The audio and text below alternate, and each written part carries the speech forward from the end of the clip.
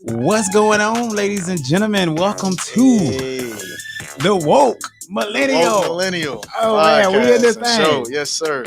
All right, man. Listen, I know it has been a long time.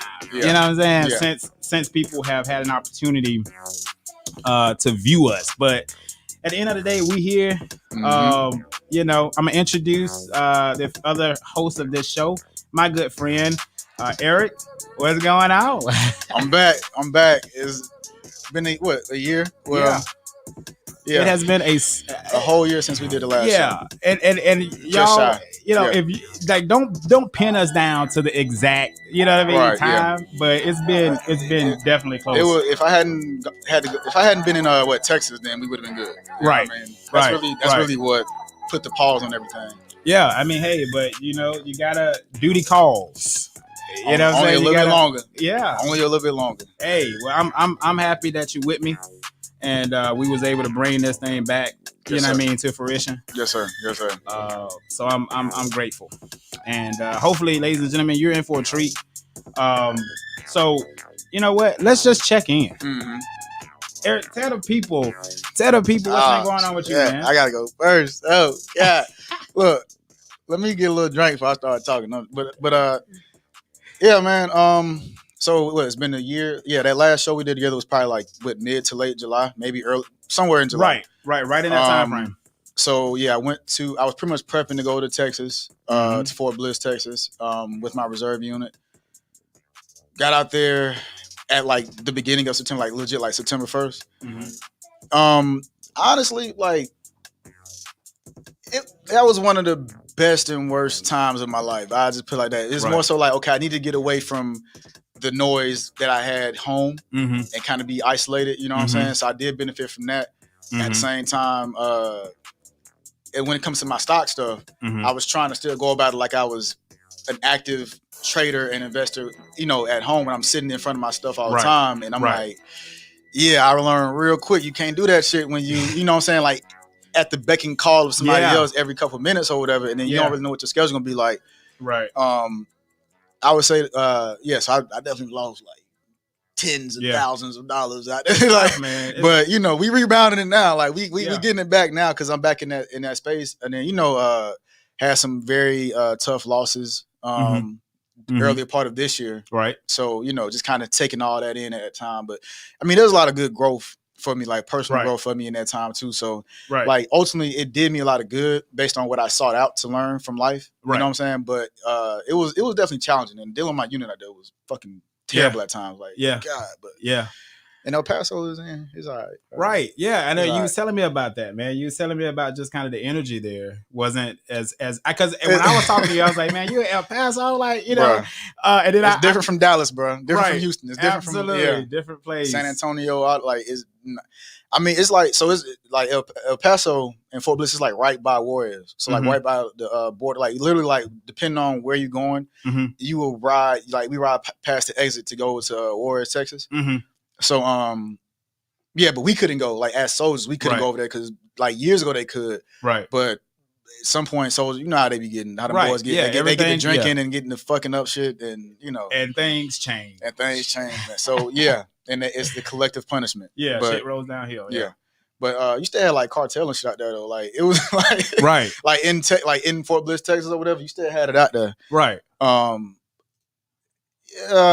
kind of messed up the experience too though, because like I would say it's more of like a bar city. But even with that, like having the COVID provisions in place, like a lot of people weren't really out like that. So I didn't really get to experience much of that life. Yeah.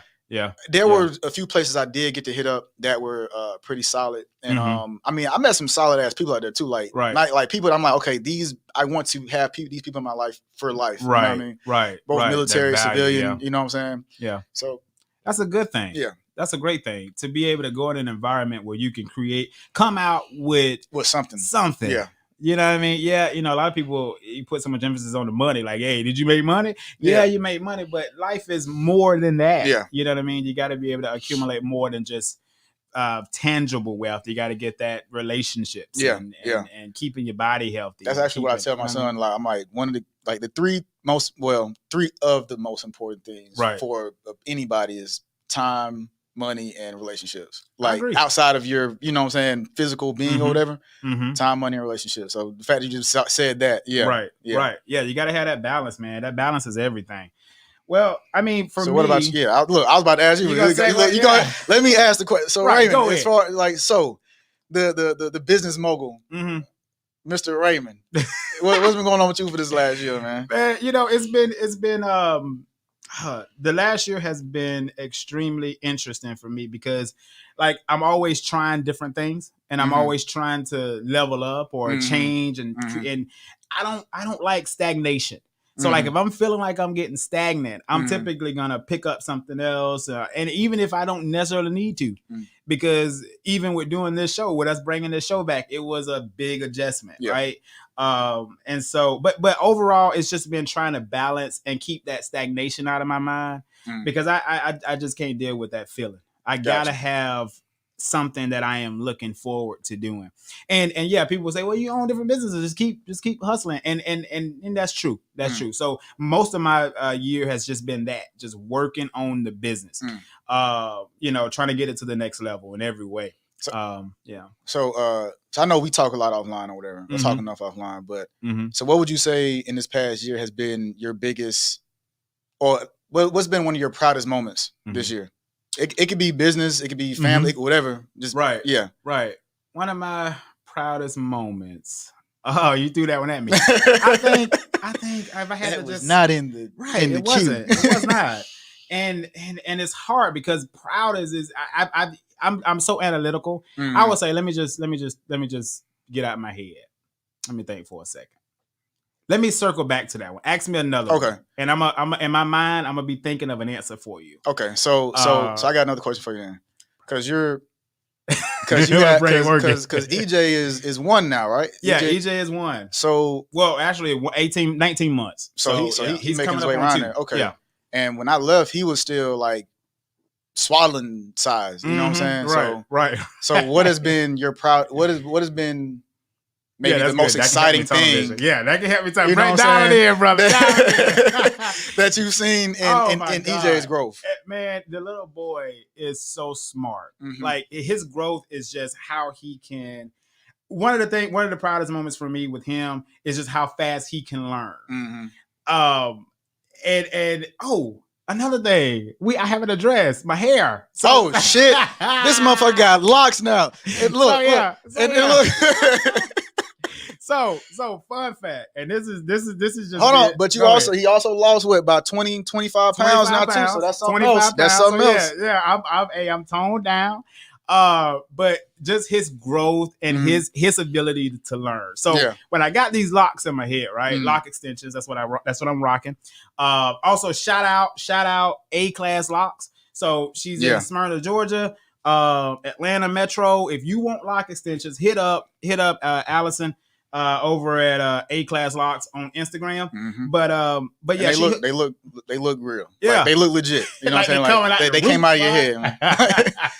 But so like with him, when I got these things, anybody that have had locks or went through the locking experience or even the extension experience or even having braids, your scalp goes crazy, dog. Like I'm telling you, I'm telling you, itching like a mother. So it was itching so bad that the only thing that would give me relief is to pat my head. So I didn't think much of it.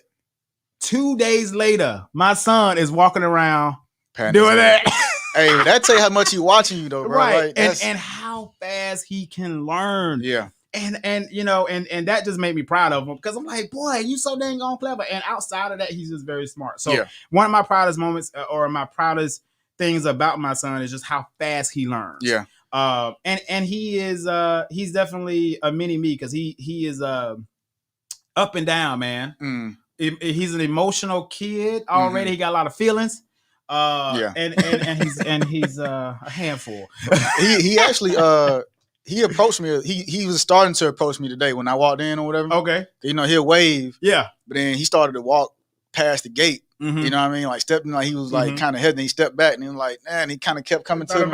I'm like, bro, look, like I thought it was because I had the do-rag on. I'm like, Right. Maybe. It could have been. Because I'm telling you, Ethan, boy, he really, like, it's muscle memory for him. Yeah. Anything different, but what was real crazy, like with doing the lock extensions, I got him done, and I didn't think much about how he was gonna react. Mm-hmm. Like the first night though, when I got home, after I got him done, it took like 12 hours, by the way. Yeah, ain't no way in the but ain't no way in the that's a long ass flight right there. Right, we could have been in London, dog. Like, no, we would have been in London and back. Right, bro. Like Johannesburg is 15 hours. Damn, we could have been damn near to Johannesburg, bro. Yeah. Like that time that it took me to get some damn hair in my head. But so like when I got home.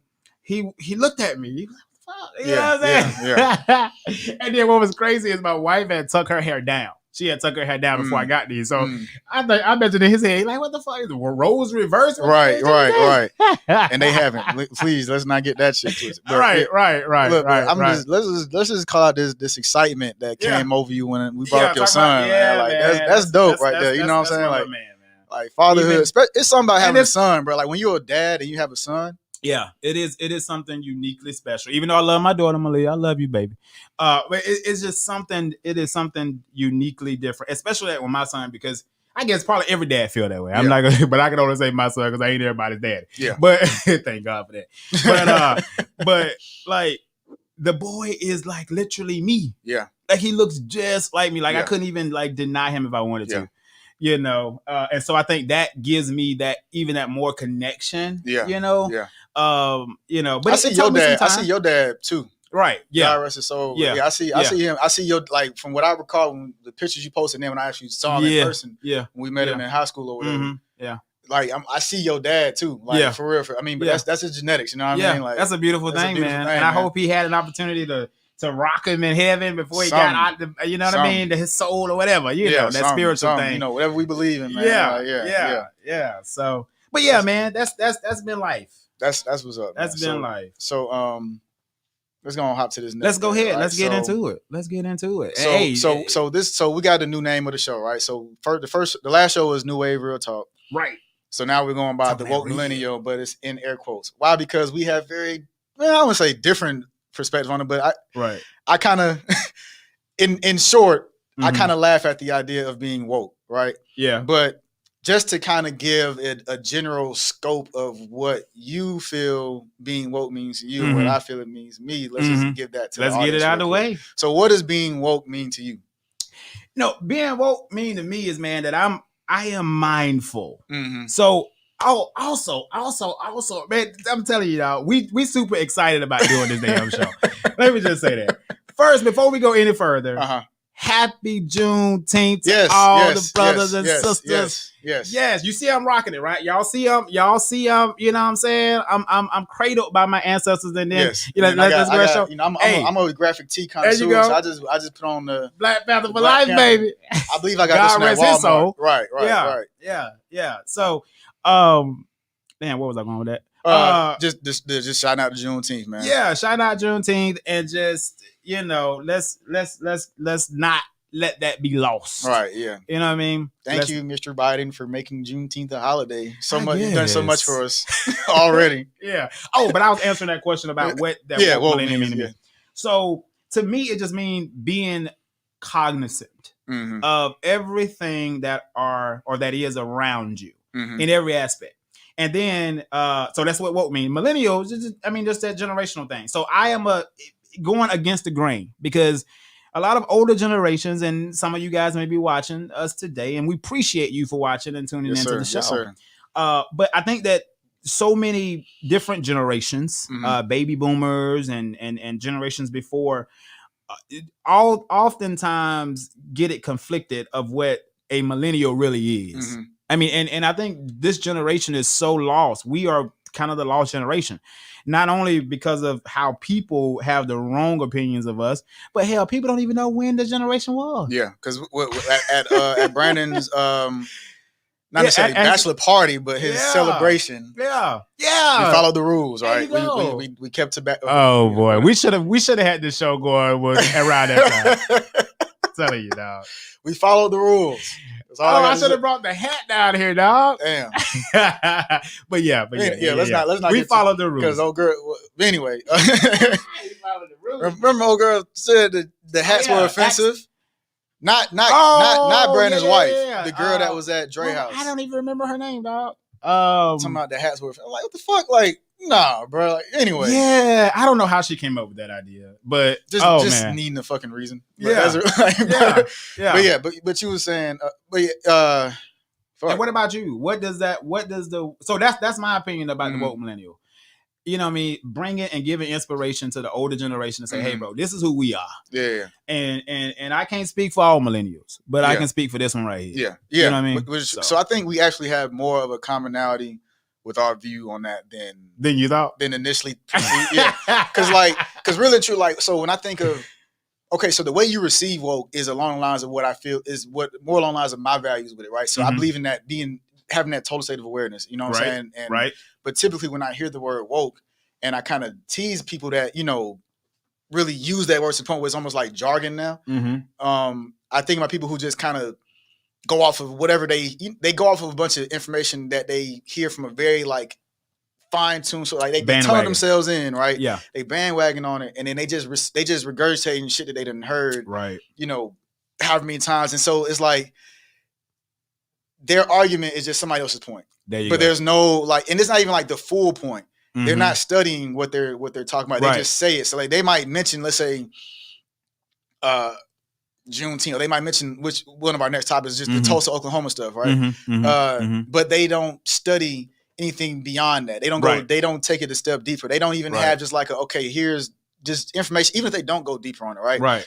They don't take time to just build their own perspective, their own opinion about stuff. They just like just spewing. Spitting out, headlines, spitting out whatever remarks somebody else made. Like one thing that used to kill me was when some people try to make the argument like, well, this is not, this is not an attack towards, Black Lives Matter. I'm not speaking on Black Lives Matter as an organization or as a statement in it, like as far as me supporting it or not. Yeah. But like I remember I was having a discussion one time, like before I actually went to Texas, and it was like a Black Lives came out. This is actually when we had the riots in Atlanta. Right. Or not even the protests in Atlanta. Let me say that. Because very big. But anyway. Yeah.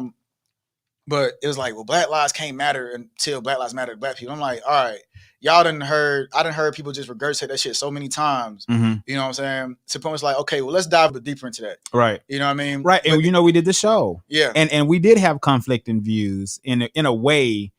It wasn't expressed on the show, but Erik, guys, he would literally correct me. So sometimes I would say like, one term I use, I think I said, I'm having a black ignorant moment. And Erik corrected me. He said, well, what the hell is a black ignorant moment? You just had an ignorant moment. Yeah. It's not a black ignorant moment. Yeah. And so I agree. I think that, but then, I mean, again, it's like, I guess it's like, you got people that are like, when I think about woke, I think about people that are like worshipers of an idea, you know what I'm saying? But they just, and it's like this superiority complex that they have is like, I don't know. So it lacks authenticity. It lacks authenticity from what they really believe. Like there's no structure behind their belief. Yeah. They're just jumping on and at the end of the day, it's like, hierarchy. And where I stand on this, like at the end of the day, I don't give a damn about what, we're old and all that kind of stuff to a certain degree. It's like at some point I gotta just get out and get it for myself. There you know go. What I'm saying? You have to. But just throwing shit in people's face all the time, like, bro, like there's other things to life. Like, yeah, that stuff happened and it still has an effect that's hitting us today. Right. But like, what are you doing other than just fucking talking? Right. You know what I'm saying? Right. Like, right. Yeah, you have to put one foot in front of the other and do it. And the millennial part, so I feel like, like you said, we're a very misunderstood generation. Very, very like stereotyped in so many negative ways.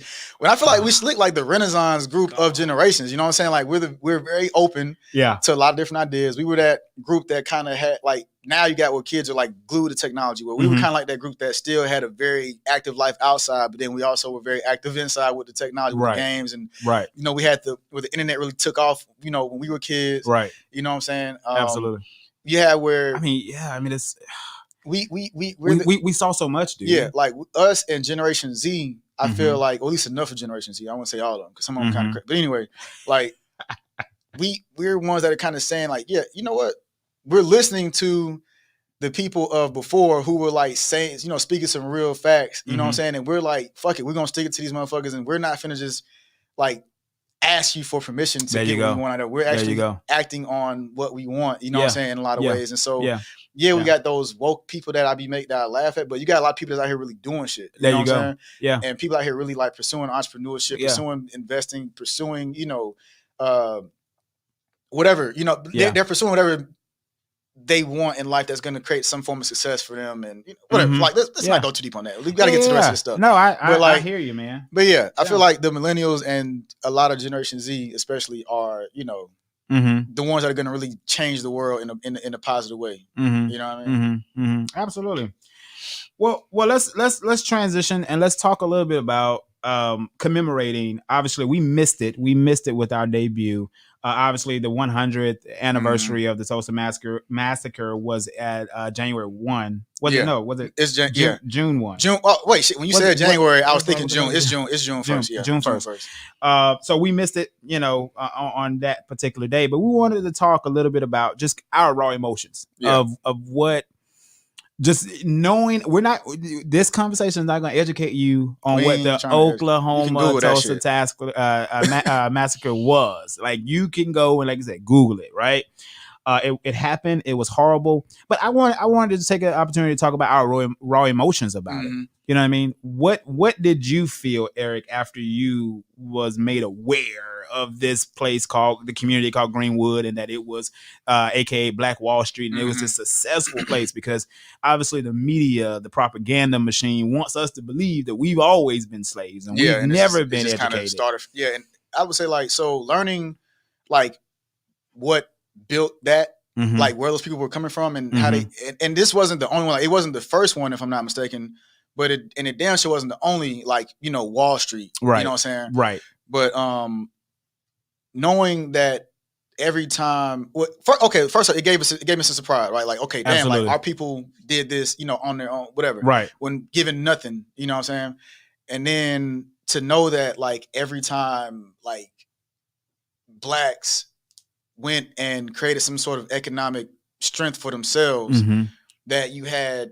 And we already came out second-class citizens or whatever, right? And you had where every time we or our ancestors established something for themselves, white folk came and they burned it down. You know what I'm saying? And it's like, okay, here we are, you know, at the 100-year mark with it, and it's finally, after 100 years, getting the type of mentioning that it is now. And you got the people that are, you know, testifying and shit, talking about reparation, all that kind of stuff. And it's like, bro, okay, cool, y'all made Juneteenth a federal holiday.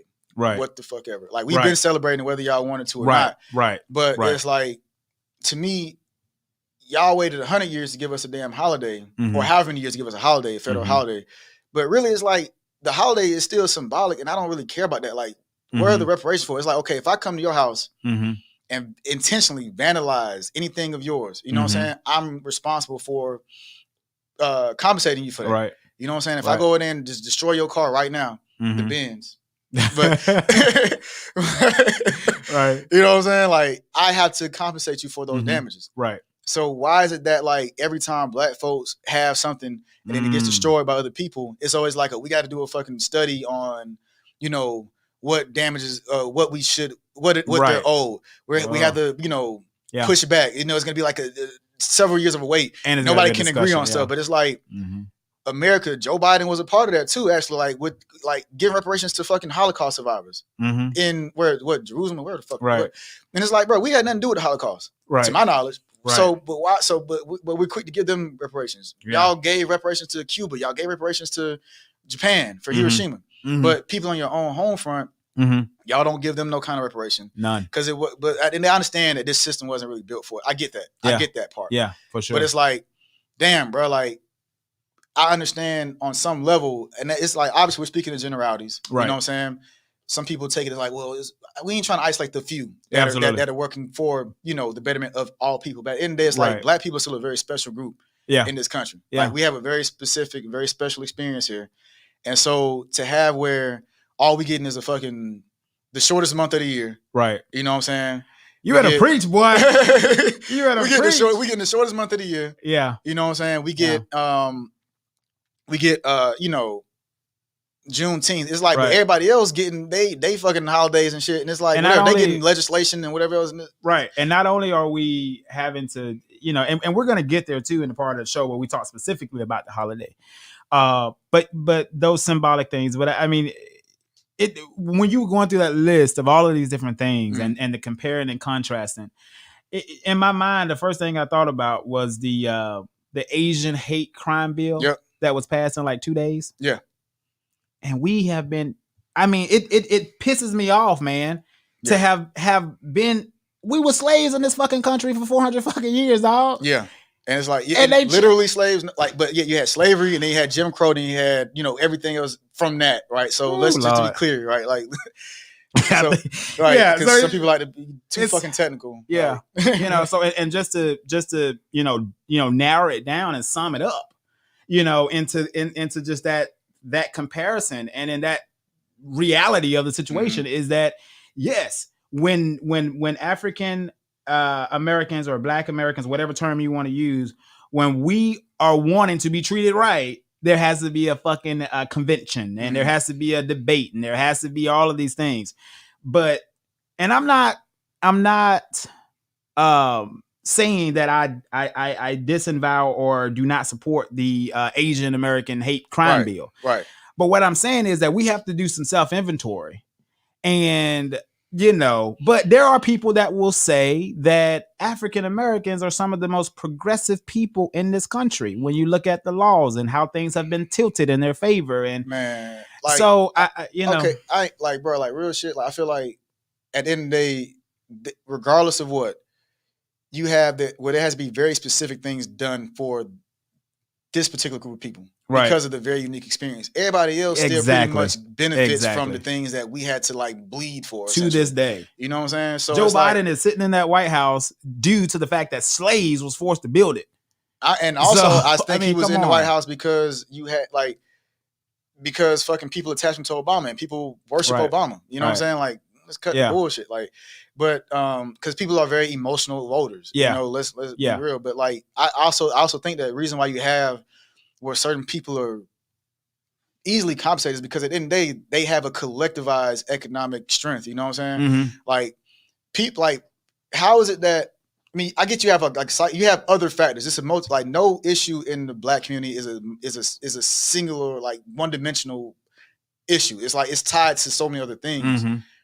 And you spend all day trying to break down all those different things. Oh yeah, for sure. But it's like, I feel like, okay, collectively, like, they don't respect us as an economic force. You know what I'm saying? Because we aren't collectivized in that way. Yeah. You know what I'm saying? We aren't buying out politicians. We aren't making where like we're buying out people and making our demands. You know what I'm saying? Right. To say that, okay, we want this, we expect this, and on paper, like when people was giving Ice Cube the flat he was getting, it's like, well, he was trying to put on paper and make these people accountable to something on our behalf. Right. Because ain't nobody else doing the shit. At least as far as we know. You know what I'm saying? At least as far as I know. Right. And so when we don't have that, fuck, what was that last? just building up that coalition to where we can force our issues to be to the forefront. And goddamn, it was something else about like whatever. Fuck it. You know what? It'll come to me at a random ass time. Yeah, it will. And we'll be able to get to it. That's the beautiful thing about doing a show like this. It's unscripted. It's very unscripted. This is not. This is all rehearsed off the cuff. And yeah. That's the beautiful thing about it. So. But go ahead, man. Yeah, so I mean, you know, so I think we can both agree that just looking back at the Oklahoma massacre, that it is it brings up emotions. Yeah, it brings up pride of being a part of an ancestry that yet, even in the midst of everything that we have endured in this country, we still are triumphant and we still are here. And we still hella influential. There you go. Like, even regardless. There you go. Like, and I think as far as a positive though, like I think it's also pretty dope to see that we don't have to fucking go back to like ancient Egypt and all that other stuff to see prevalence with Black people, because you have a lot of, you know, worshiping of ancient stuff, you know, things from you know thousands of years ago, and it's like, no, you have very We have people that we can worship right here that are still alive that we need to cherish.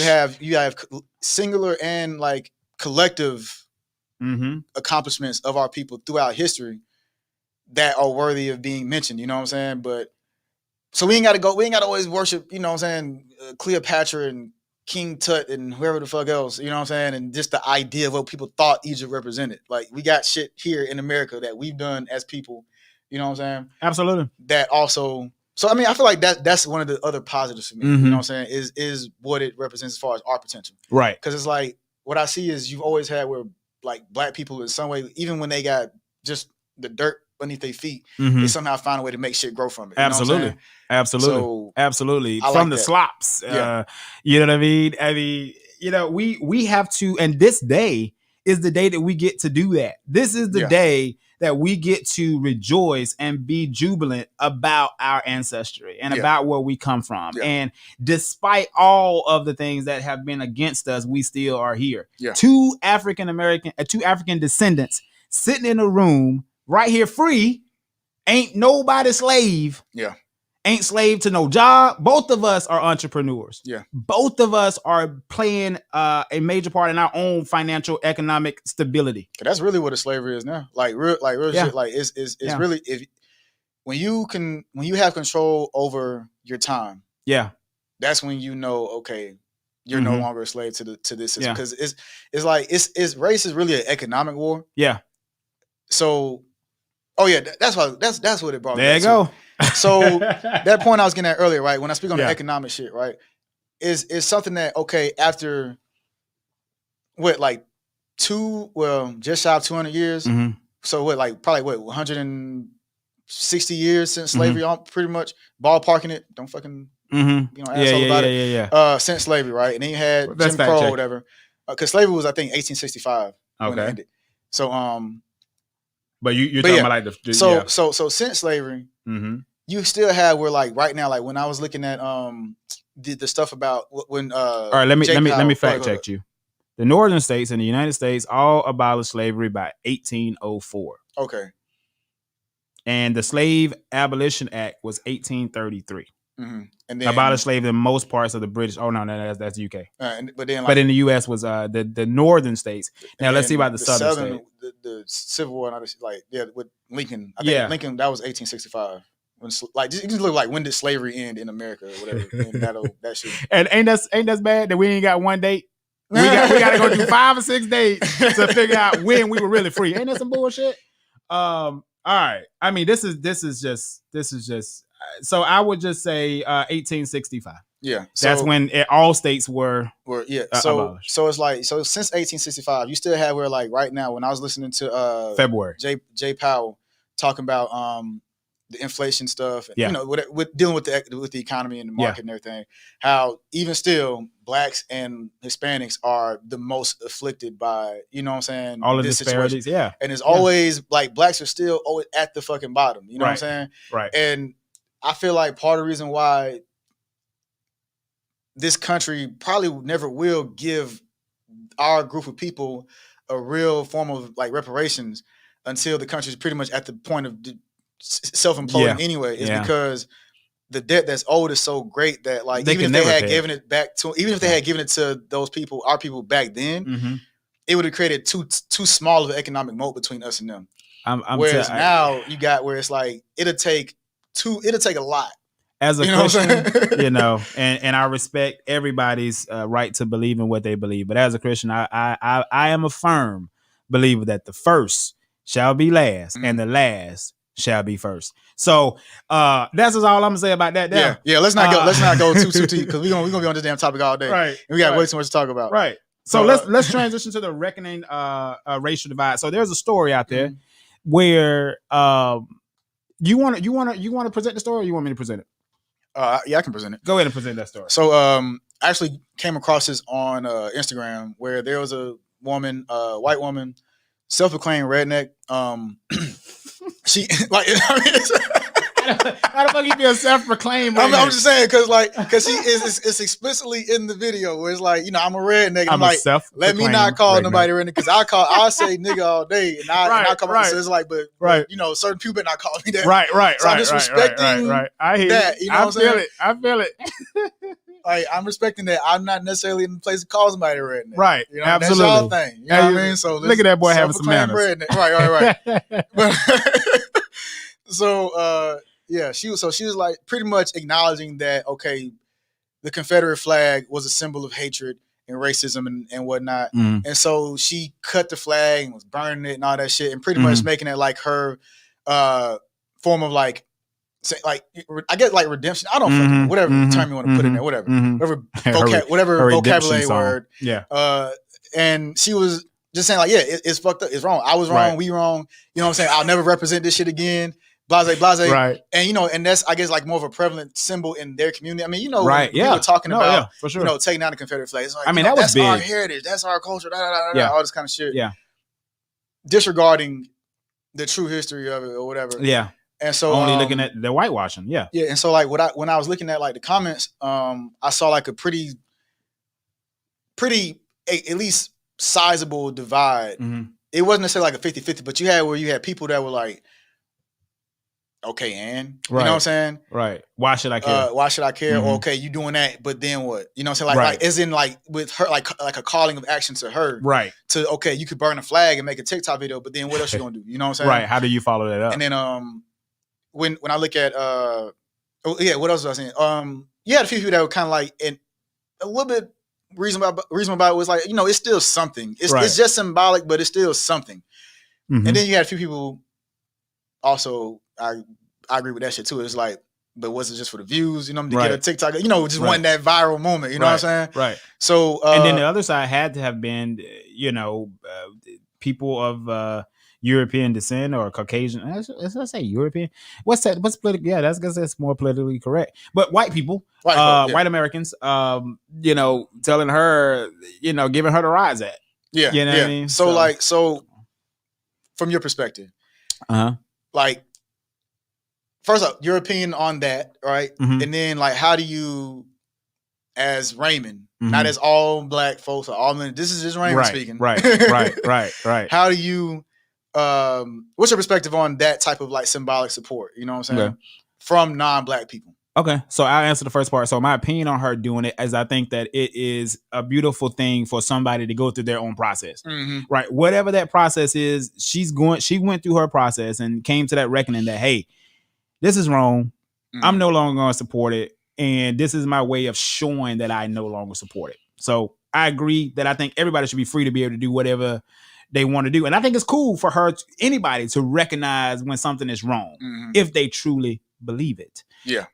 Now, the second part of your question is the symbolic things, the symbolic tropes or gestures to somehow appease somebody. And being a black man, I think that symbolic things are positive. Right. If they are done, number one, for the right reasons, and number two, that there is some type of follow-up. So if the Ku Klux Klan come out and disavow their own association and repent for all of the atrocities that they have caused, then I think we get somewhere. But one person burning one flag, we don't go anywhere. Yeah. We have to move together. Yeah. So that's my thing about the symbolic things. If we can move together and we can actually make something happen of this, I'm all for it.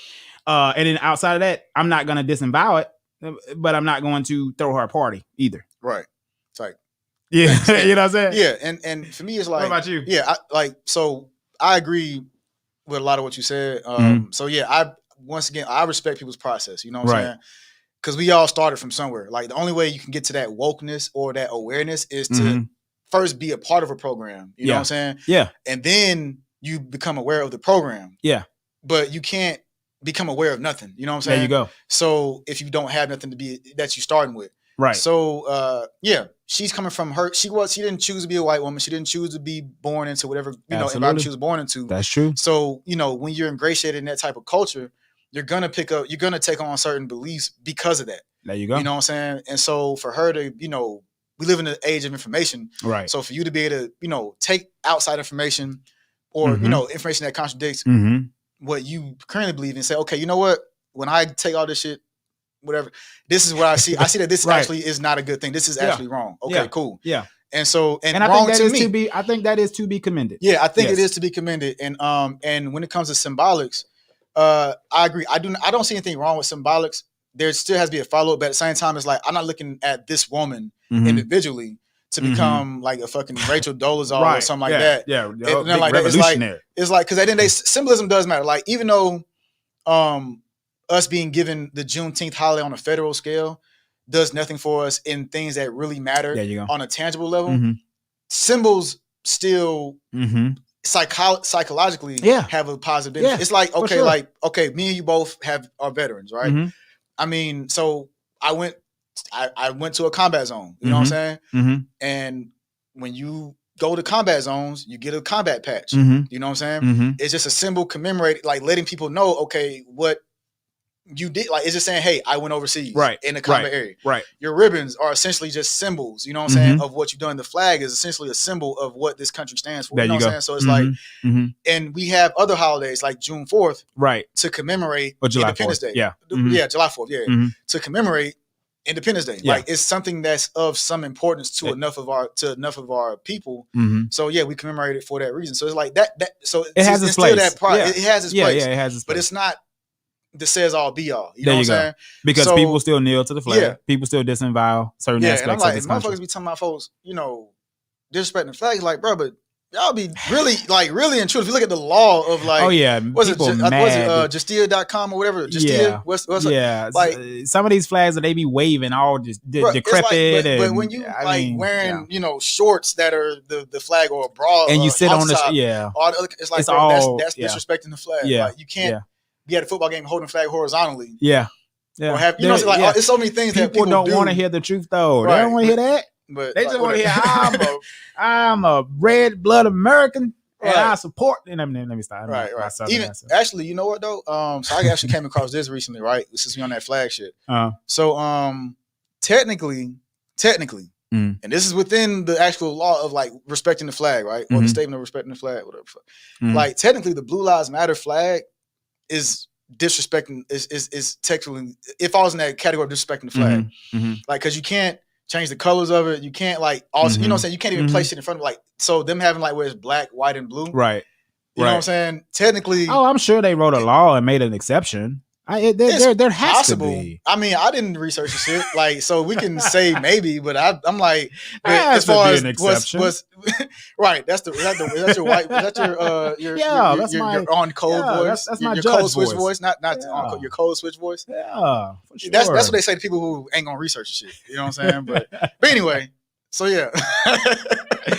And one of the things I put in my notes, was it for Black people or her own conscience of burning that Confederate flag? Did she do that because she felt slighted because she don't want to be known as the white woman that support this? Did she want to make sure that people in her community know, hey, I'm down with OPP? You know what I'm saying? Like, you like, so it just, everything has its purpose. But I think just at face value, I'll stick with my first comments, which is just a woman that burned the flag. Thank you for coming around to seeing things the right way, not my way. Because I correct that shit. People say, oh, my way. That was the right way. There's no reason for anybody to go and beat, hang, kill, destroy somebody's life because of the color of their skin. You don't choose to be Black. Yeah. You don't choose to be white. And you don't choose what that symbol represents. Yeah. At the end of the day, like, you don't choose. Like, people crazy. As an individual, man. You don't. You know what I'm saying? But yeah. So God bless our ancestors. Yeah. In Tulsa. Thank you for their lineage. And for all of the people that are connected to them, may their life be a blessing. And we will continue. And a lesson. Yeah, we will continue to live our lives in a way that make our ancestors proud. Yeah, that honors their sacrifice. So for sure. So yeah, what how you feel about hopping into this Let's do it. Let's break. Let's go ahead and get a break. So before that, just so y'all know, okay, so after this, we're going to hop into our culture and entertainment segment where we talk about a couple headlines. Oh, boy, it's about to get crazy. You know what I mean? Some things that happened in recent y'all don't want to go in nowhere. recent days. So, we ain't trying to be journalists with the shit. We're just commentating on it. You know what I mean? So, that's coming up next. So stay tuned. Yeah, and go ahead and cue up that cater to you because we gonna be talking about it. We'll be right back.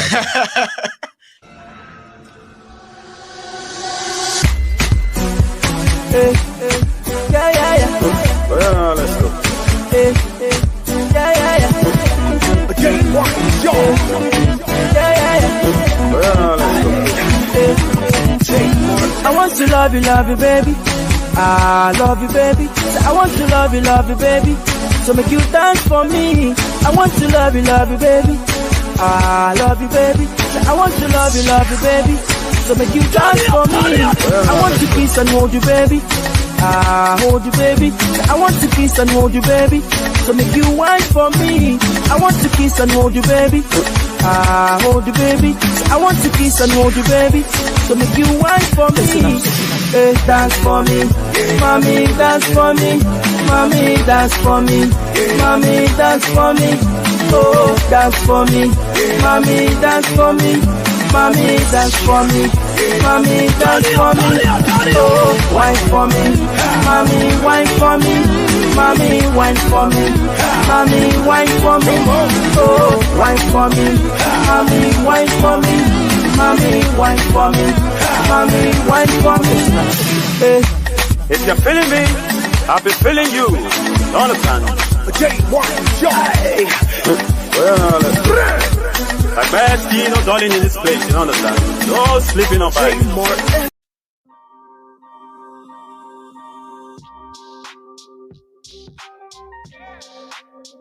We have returned. We have returned, ladies and gentlemen. Welcome back to the show.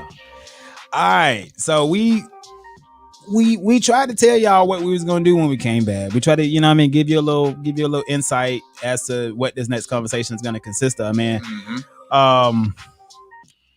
So Black Twitter. Yeah. Black Strikes Twitter again. strikes again, trying to take out the dynasty of Destiny's Child. Right, like some old bull. 17-year-old song. All right, so I'm sure enough people have been made aware of this. If you're not living under a rock with social media, Right? But so recently, Black Twitter was pretty much calling the song "Cater to You" what was it, a slave song, and some other term they gave. I'm gonna read it. Yeah, I'm gonna read this down. Right. So a Twitter user started a conversation about R&B, and this is citing the Shade Room. A Twitter user started a conversation about the R&B singers who were doing too much in regards to their man. And the topic quickly shifted to declaring "Cater to You" a song about slavery. How in the hell do you compare a song about slavery about a woman who is just talking about taking care of her man? Her man, like, not in chains, not beaten, right, not destroyed. And so I'm like, okay, so all right. And then Michelle responded to that. So let's talk about like all of that, right? Because Michelle did clap back, you know what I mean, and I did like her point with that, right? Right. But okay, so let me just throw a little bit out of go ahead. So one, there are so many songs, R&B songs of men, coming off the cuff. Mm-hmm. I pay your rent. Mm-hmm. Your cable too, all this shit. I'll run your bath water. I'll do this and other. All this other kind of shit. And none of these songs are being canceled. Mm-mm. You know what I'm saying? And then like when they were talking about that, when they were making a conversation about the lyrics of "Cater to You," I don't get me wrong, the memes were funny as fuck. Like they were hilarious. But it's like they didn't have issue with the "I see you working hard" because the niggas still got to work hard, right? Right. But like everything else, I think about like, okay, any relationship I've been in, right? Let me go back to my last relationship. Okay. I'm like, okay, we had a lot of instances where we catered to each other. You know what I'm saying? But that's what it's like. I fulfilled my duties to her. Right. And so as a result of that, you know what I'm saying? She would do things like cook for me. You know what I'm saying? She would do things like buy me random shit or just tell me that she's proud of what I'm doing or whatever, or she sees my growth in a certain way. You know what I'm saying? Like and I did things for her. It's like, okay, yeah, I was, even when she was like having more of a downturn with her finance or whatever, was kind of in between some things and trying to sort some things out. Okay, yeah, I was taking care of a lot of stuff with her and supporting her in that. But it was like, okay, but I still, even then, with me doing my part, I still would be like, okay, well, let me do a little spa day for like every week, damn near. You know what I'm saying? When she came to my house, it was like, okay, get the face towels ready. Look at them catering. Look at them doing a little tea bag on the eyes and doing the facial massaging and got the music playing and rubbing the feet, like doing all that shit. You know what I'm saying? It's like, bro, like what's wrong with that? Like if this person is worthy of that, and sometimes you don't know, like. But the thing is, y'all dealing with these ain't shit men. And so it's really a fallback on your discernment. Like your discernment is fucked up. Yeah. And you mad about bitter about a man you dealt with, however long ago. Right. And you just gonna say all men don't deserve this shit. Right. But okay, so I don't deserve to be catered to. I don't deserve to walk into a peaceful home. Cause these are the lyrics, like the lyrics are bro, I'm finna pull up these cater to you lyrics. While Erik is pulling up the cater to you lyrics. Look at pull up the cater to you lyrics. Cause like these, like the lyrics are like beautiful, bro. Like in my humble opinion. Absolutely. I love that song. So and they ain't gonna do shit about it. All right, baby, I see you working hard. I want to let you know I'm proud.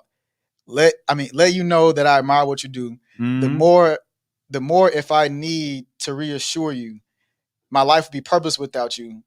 If I want it, got it. When you ask, you provide it. Tell me what woman don't want that. Tell me what woman don't want that. You inspire me to be better. You challenge me for the better. Sit back, let me pour out my love letter. But hold on. They ain't talking about all the good stuff that she talking about the man. Right. They only talking about the man and getting catered to. And my thing is like, okay, so if this man is inspiring you to be better and challenging you for the better. That's right. He's working hard. That's right.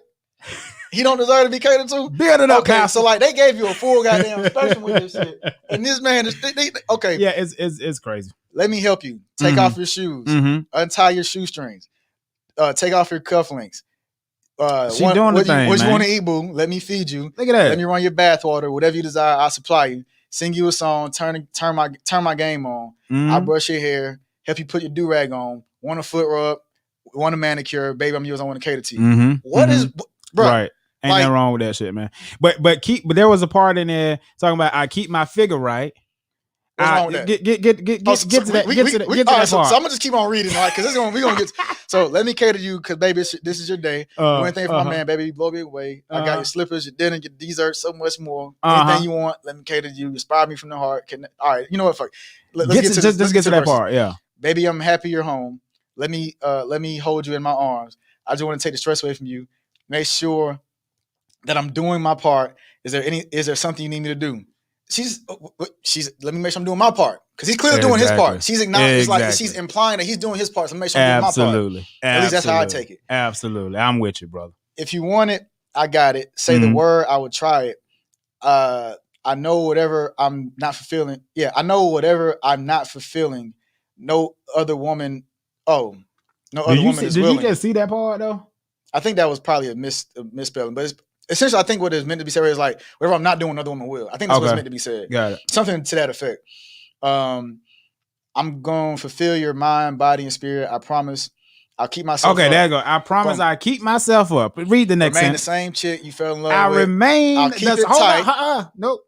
I will remain the same chick that you fell in love with. Whatever. Read the next one. I'll keep it tight. I'll keep my figure right. I keep it tight. Keep my figure right. What's the next one? I'll keep my hair fixed. Keep rocking the hottest outfits. And then the big. Now this is the big kahuna. Say that part right there. When you come home late, tap me on my shoulder, I roll over. Baby, I heard you. I'm here to serve you. If it's love you need, to give it is my joy. All I want to do is cater to you, boy. There you listen. Ain't a damn thing wrong with that. And if you are a woman that's saying something's wrong with that, you need to just go be a lesbian, or you need to be celibate, because you ain't gonna keep no damn man. Just keep waiting on Jesus. You know what I'm saying? One of the three. Let Jesus be your man. One of the three.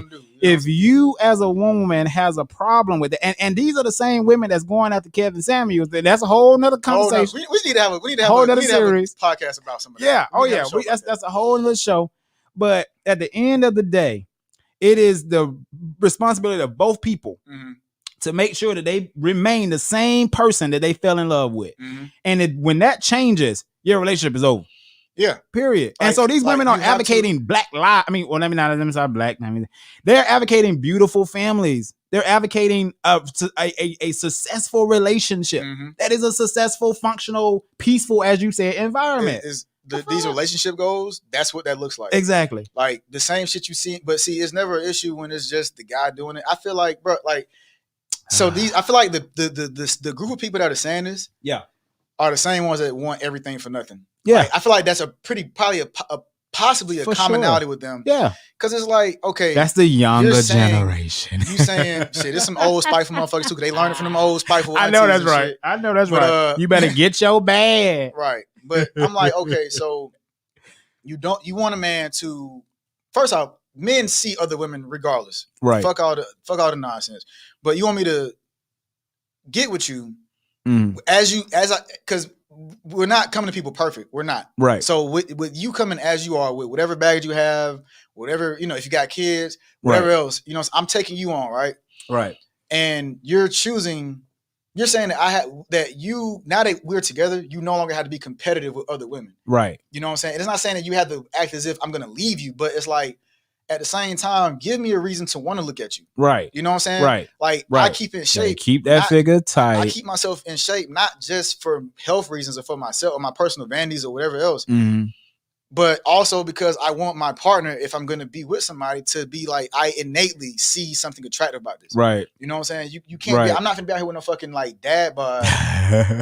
And be mad and jealous because my woman looks at a nigga who was in decent shape. You know what I'm saying? Right.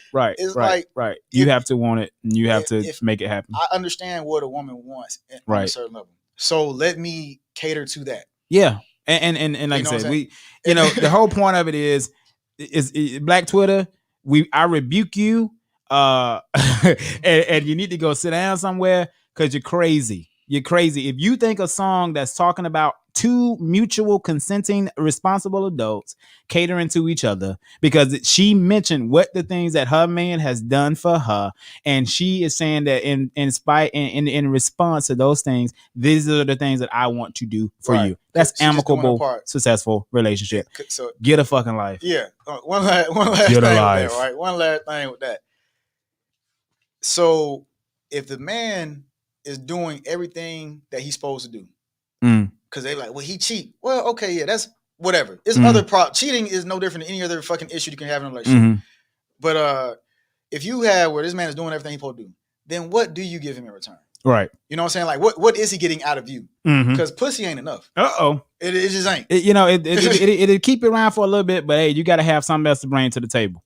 I'm just like, you got to have more than just that to bring to the table. Answer that question for me. If cater to you is too much for a guy that is good for you, and inspiring you, telling you to be better. Yeah, let me read a couple of the Instagram comments here. Pressure at SOUKHAINAAA. I don't know why the hell I just read that, but in the future, ladies and gentlemen, we'll have y'all quotes on the thing. So don't get caught up in that situation right there. But it says, can't cancel the classic. Cater to you, still a bop, and I'm gonna treat my person like that for sure. Yes, sir. But only. That's my preacher. That's my preacher. Only when I find a deserving person.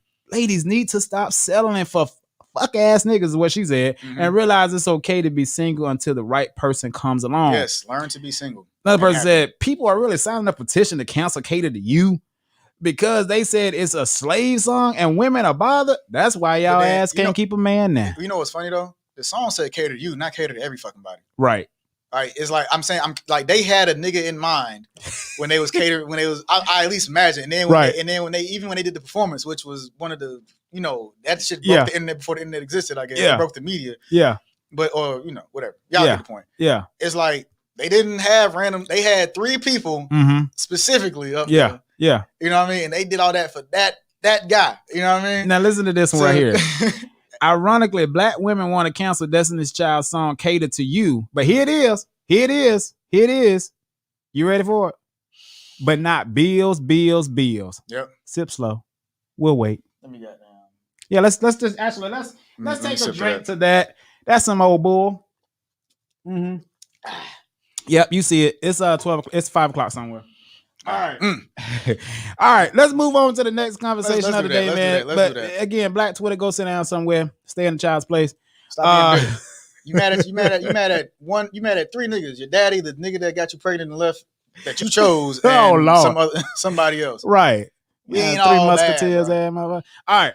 Black Twitter rejoices over the first female rap battle that took place. Versus battle with Eve and Trina.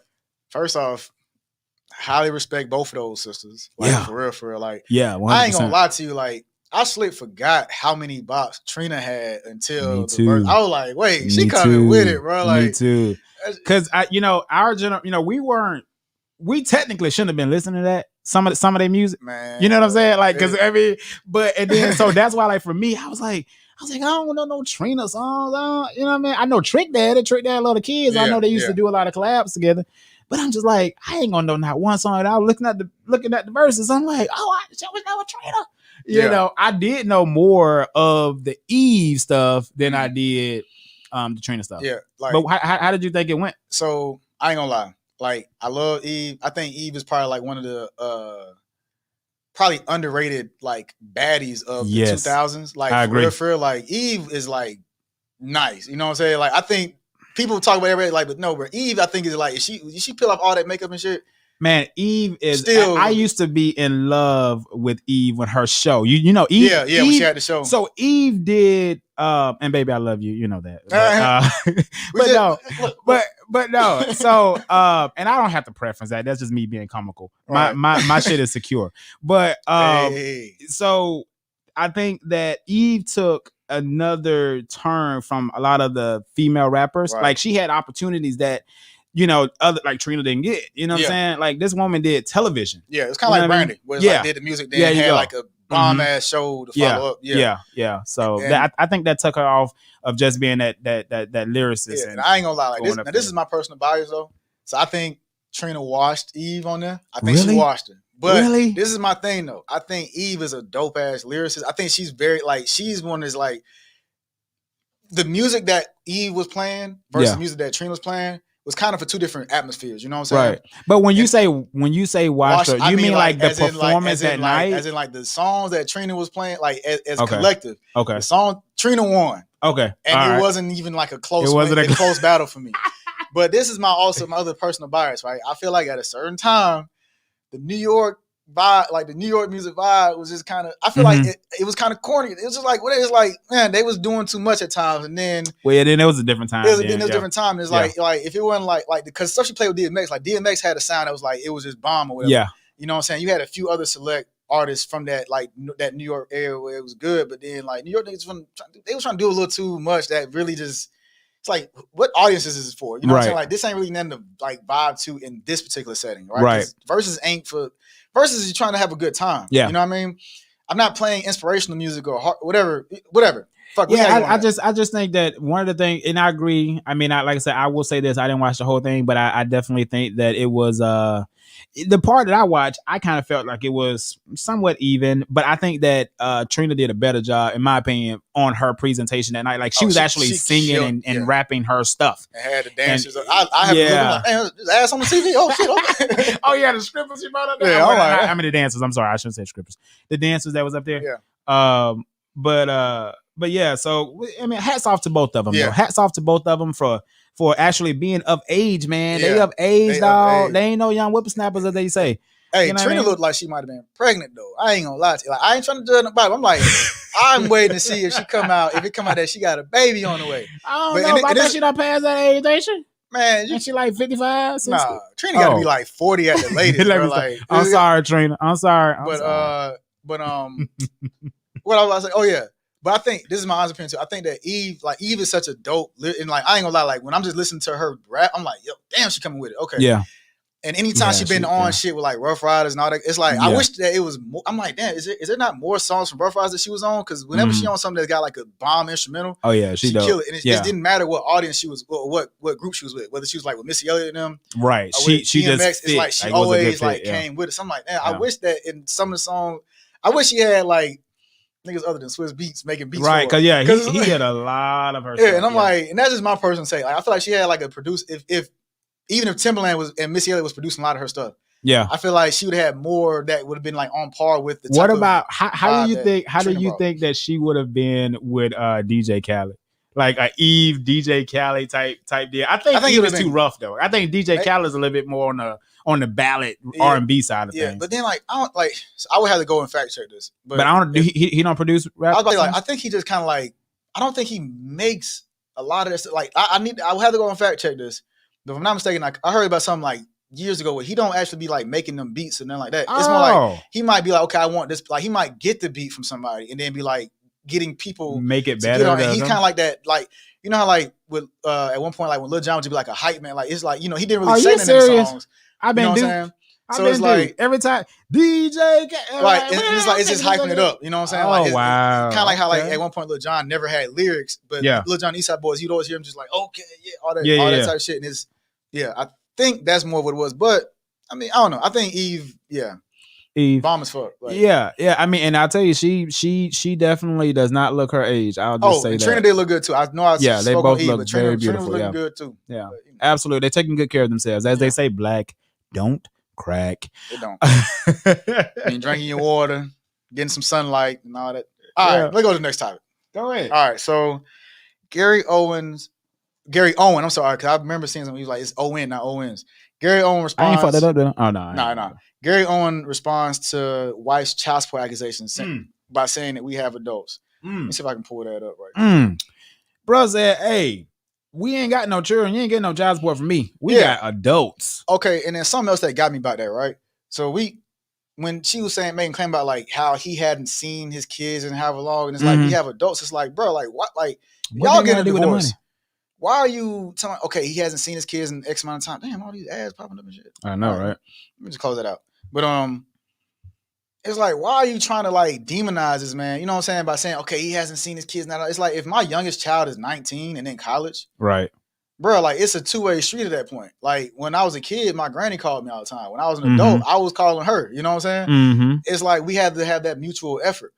But don't act like they are kids' age, for example. Right. Like they got to be coddled and put in bed at 8:30, 8 o'clock, and got to wake them up. Yes, I mean, bro, like my kids can drive to see me. You know what I'm saying? Like my kids exactly.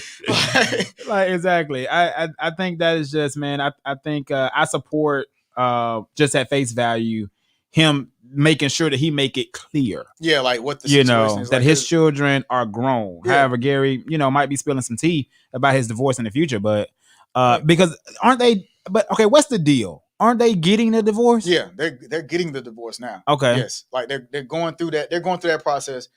If I'm wrong, I'm wrong. But to my understanding, to my knowledge, they are going through a divorce. This says, it says it's. I think when he met with his, I don't want to go too far, but we gonna be so yeah.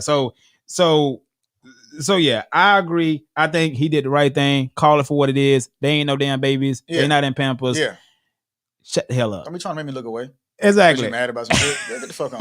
And I'm gonna tell the truth, goddamn. Right. You ain't about to have me out here looking like a whole deadbeat. Come on. When I done took care of these kids, I'm obligated to take care of my kids from birth to 18. Exactly. As far as like finance and all that kind of stuff. Absolutely. Everything after 18 is voluntary. Right. I mean, and that's just the real. That is a combination of what you have put in. If you've been a great father from 0 to 18, them children gonna gravitate towards you every holiday, everything. It's natural. It's natural. If they didn't put in, if Gary didn't put in when they was a kid, you would see that in the way they deal with it. You gonna see how they deal. They're going to meet at Christmas and Thanksgiving, and in between, they may get a phone call. That's just going to be what it is. If the youngest, because they got like 4 kids or whatever, but if the youngest is college age, so the older, they probably would have blasted this motherfucker. Exactly, especially with social media. Come on. Like, I mean, granted, I wouldn't compare them to Kirk Franklin's son, but they probably would have. Let me tell you, if you're going through the trenches and you see something that Kirk's son pulled, I'm sure it's going to give you some ammunition, especially if you like 15, 16, don't give a damn. You know what I'm saying? Yeah. And don't have that level of rationalizing your thoughts all the way through. Like, okay, well, how is it going to make dad love? Fuck, is he going to lose money? Are we going to be homeless? So when you don't care about my financial well-being, you'll blast me out. Absolutely. Without question. Without question. They don't have that, exactly. that level of, Anyway, so let's catch another break, man. We're going to tell y'all when we come back. Somebody got a secret admirer. Yeah. And Yeah. There you go. Hey, don't go nowhere. Stay. Keep it right here. Go ahead and start a watch party too. If you're watching with Facebook, let the people know that we on, man. We would love to have some company in the comments. We'll be right back. Y'all don't go nowhere. Get past the people, get past the hitman. Get on down now. I wanna get on the good foot. Good foot. I got to get on the good foot. Going down to the crib and let all hang out. Well, sober people know what it's about. Going down to the crib and let it all hang out. Well, sober people know what it's about. Where people can find and take your hands and dancing to the music they ain't found band. They're dancing on the good foot. I got to get on the good foot. I got to do it on the good foot. Do it with your good foot. Says the long hair hip is in the afro black. All get together.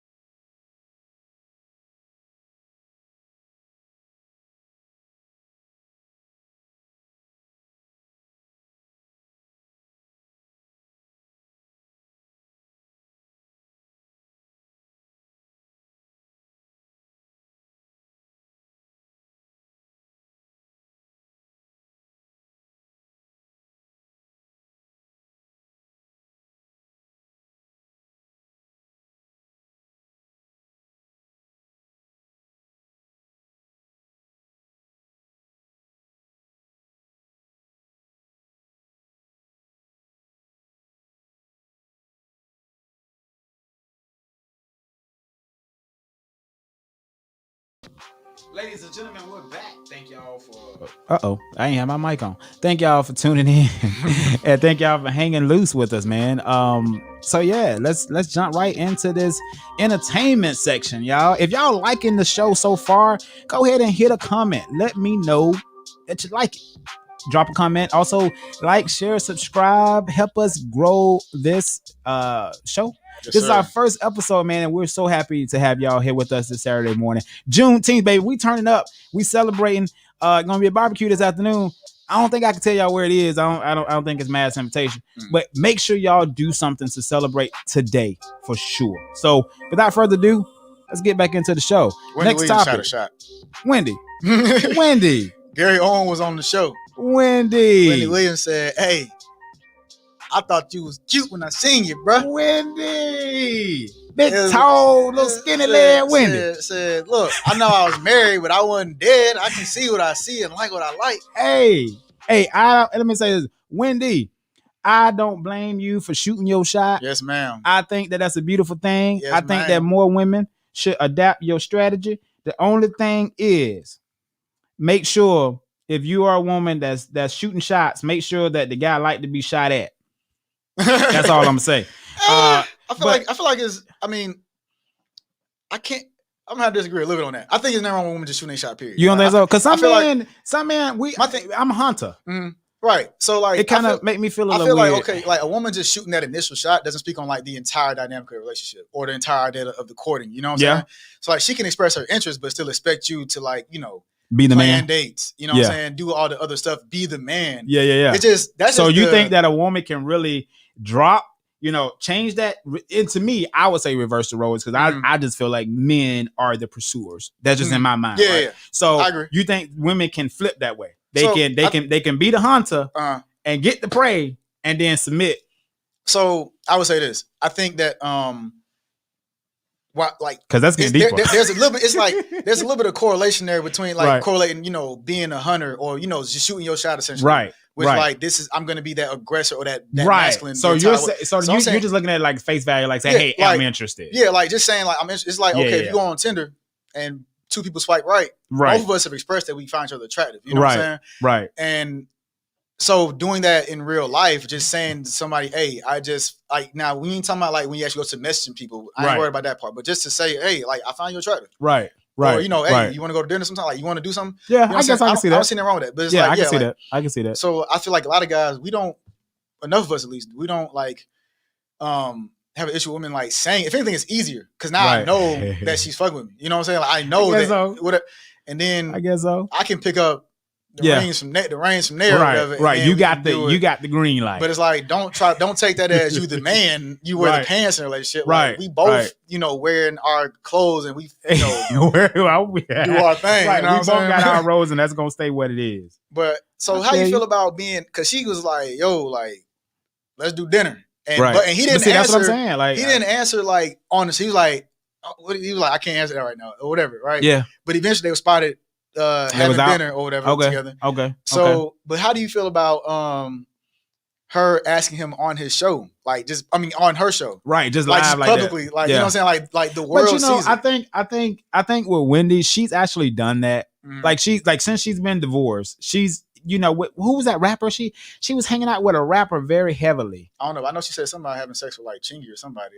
I can't remember who it was. But there was a rapper that much. But there was a rapper that she was supposedly like hanging with or whatever. But I just feel like her doing it on her show probably tried to put a little bit of comedic flair to it. So if it flopped, it would just be like. I'm Wendy. So you take it like okay, right? So I can see that. So I think that's what that's where her play was, but I think she was genuinely like for real. Interested. Yeah. So do you feel like? So do you feel like? Could you compare that to like when people propose to somebody like at the basketball game or some shit like that, right? Like when let's say when the camera is on them and everybody watching, you got thousands of people watching. It's like let me go ahead and bust this ring out on no girl right quick. Right. You think that there was just so to get that compassion? Like she used that as like a catalyst to get more what she wanted, or like an aid to get what she wanted. I wouldn't necessarily say an aid. I would say for her it was a band-aid. It was more of a safety net. It was like if this shit, if he gives me a crazy comment or if it just doesn't work, I can play it off. So I think it was a safety mechanism. So I guess yes. So yes, I'm saying the same thing. I'm just saying a different way. So yeah. It was definitely a safety net for Wendy because she wasn't gonna go all in and put because I think that she's been just but she's been made vulnerable now since Kevin went out here and pretty much fucked the whole world up. You know what I'm saying? And that was some bull crap. I do not support what that man did to her.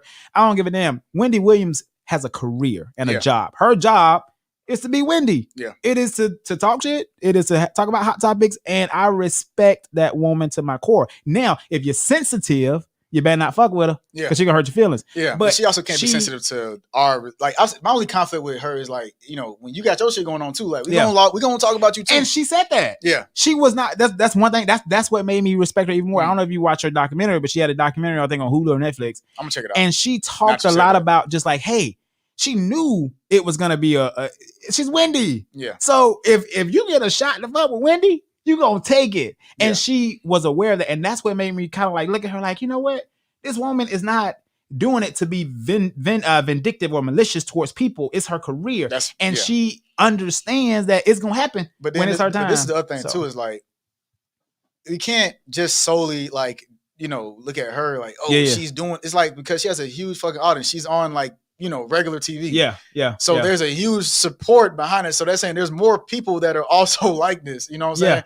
It ain't just Wendy. Of course. People watching it for the things she's saying because they feel in some way the same. Exactly. Wendy Williams is so similar in a way to that Kevin Samuels guy on YouTube. She say the shit that people don't want to say, but feel it. Yeah. That's how Donald Trump, that's how he became successful. Yep. He said the stuff that nobody didn't want to say, but his supporters agreed with.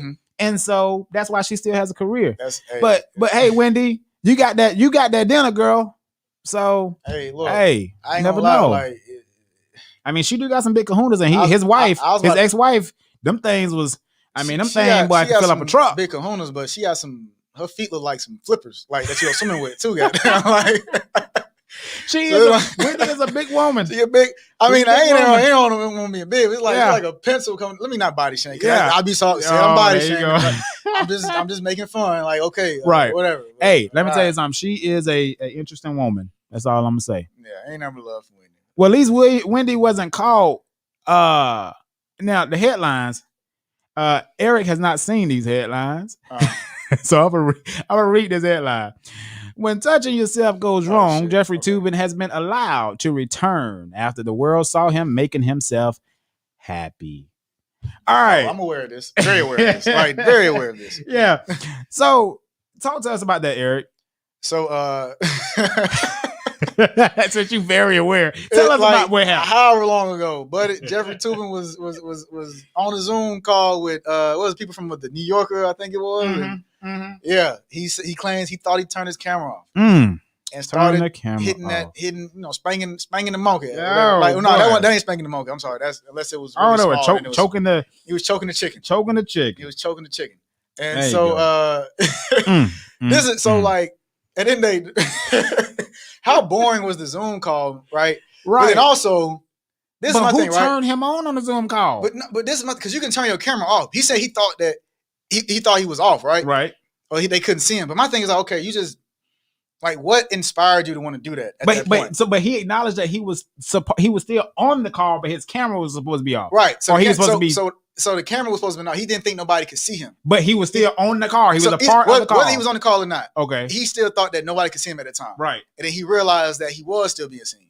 My thing is, okay, what inspired, like, at the end of the day, like, we ain't middle school, high school anymore. Your dick ain't just up and getting hard in a Zoom call for no reason. Like, what are you thinking about? What inspired you? He must got them dual monitors. Hey, that's a possibility I didn't consider. I'm thinking like, bro got them dual monitors. I'm thinking bro might have had like a liking to somebody. I think he saw someone on that screen. It's one or two options in that Zoom call that had him like, God damn, I'm finna do. Right. It's one or two options. Either he saw somebody on that screen that piqued his interest, or he was backed up and had something else on another screen. He had that double screen, and he was like, "Okay, I'm here." Jeffrey, are you there? They ain't gonna be on me no time soon. let me not do that. Let me not do that. That's gonna. But like the thing, what got me though, right, is like so. I mean, I don't really follow like him or what he does like that, but I did watch the interview on CNN. That he had with his return. So the lady asked him, so like what were you thinking? And I was, just asking the questions, whatever. Right. And so what got me was, okay, he was like, there's nothing to really like explain or justify what I did. There's no defense that I have for it, right? And I'm grateful for the opportunity to come back. I feel like I'm privileged to be able to come back. Yeah. All that kind of stuff. Yeah, I get that, right? Yeah. And I agree. Like he did say that, right? That was correct. But what got me was when he started talking about, I guess his like internal road to redemption, right? And so he told me like how, I just want to be a better person because of this. I want to be a better person all around. You know what I mean? I've been working in fucking soup kitchens or whatever. Feeding the hungry. I wrote a book about Tulsa, the Oklahoma bombings, not Tulsa necessarily, the Oklahoma City bombings. Yeah. Other little things. It's like, bro, like you trying to do all this philanthropic shit. Like, bro, you was just jacking off. Charity. Bro. But then one thing that she said that really got me though was Despicable. That like, so his thing was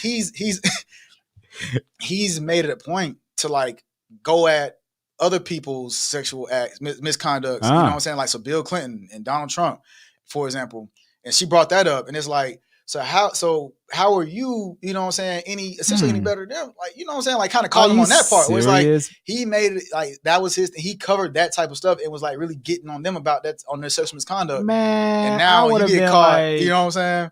Oh, okay. So that's what you said. So you're saying she brought that back up because when he was covering those stories, that was before. That was before this jacking off incident. Because like Trump had the whole grab by the pussy thing. Like when he was before he and Jeffrey was on there talking about how despicable it was. Yeah, and then Bill Clinton. But I really do think in Jeffrey Toobin's defense is non-comparable to me. Like I can't compare a sexual predator to someone who likes to masturbate.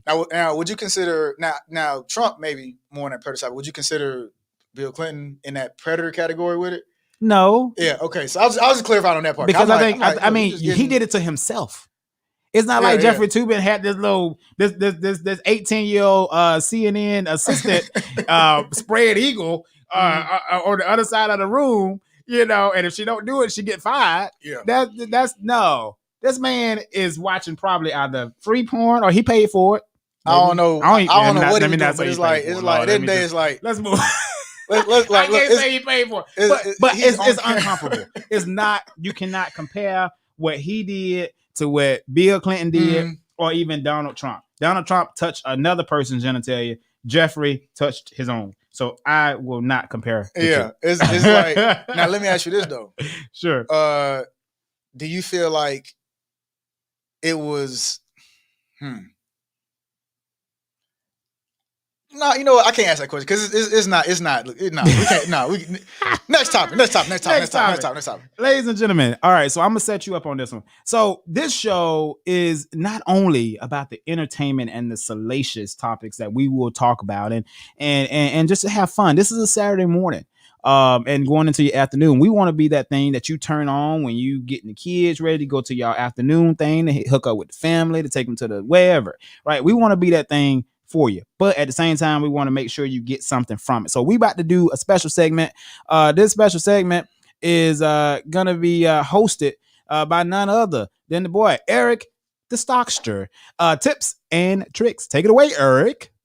Okay, so the goal of this segment is to, like you said, give you guys something from, just to educate you guys on something. Now, let's be clear. I'm not an advisor. I cannot tell you what to do with your money, right? Right. This is just to give y'all a few little gems here and gentlemen. there. You know what I mean? Because people, especially after or during COVID times, people started. There was a huge increase in people that were in stock market investors and traders. You know what I'm saying? Because they kind of didn't have a choice at that point. But either way, it's something that we felt was a broad enough topic that appeals to enough people, and a lot of people are interested in it. So, stocks. Let's talk about it. Let go. In current times, meme stocks are getting a lot of attention. When I say meme stocks, what do I mean by meme stocks? So meme stocks are like the AMC, you know what I mean? Mm-hmm. The BlackBerry, GameStop. GameStop is like the OG of GameStop. Made so many people rich. And feel free to ask questions along the way. Sure. You got the Clean Energy. You got Wendy's, which was added to that list recently, which Wendy's is actually a good company. But the restaurant? Yeah, the Wendy's restaurant. They're in that Reddit group now of like potential meme stocks, right? Okay. So we're going to talk about, in short, how I've made a little money off of meme stocks, even though I don't necessarily, I don't look at it as an investment. It's just more like a get in and get out type deal. Right. But anyway, so like at the end of the day, you have a lot of people that are getting into stocks and they just want I think there's the appeal of meme stocks, right? Is you can really just operate off of emotion.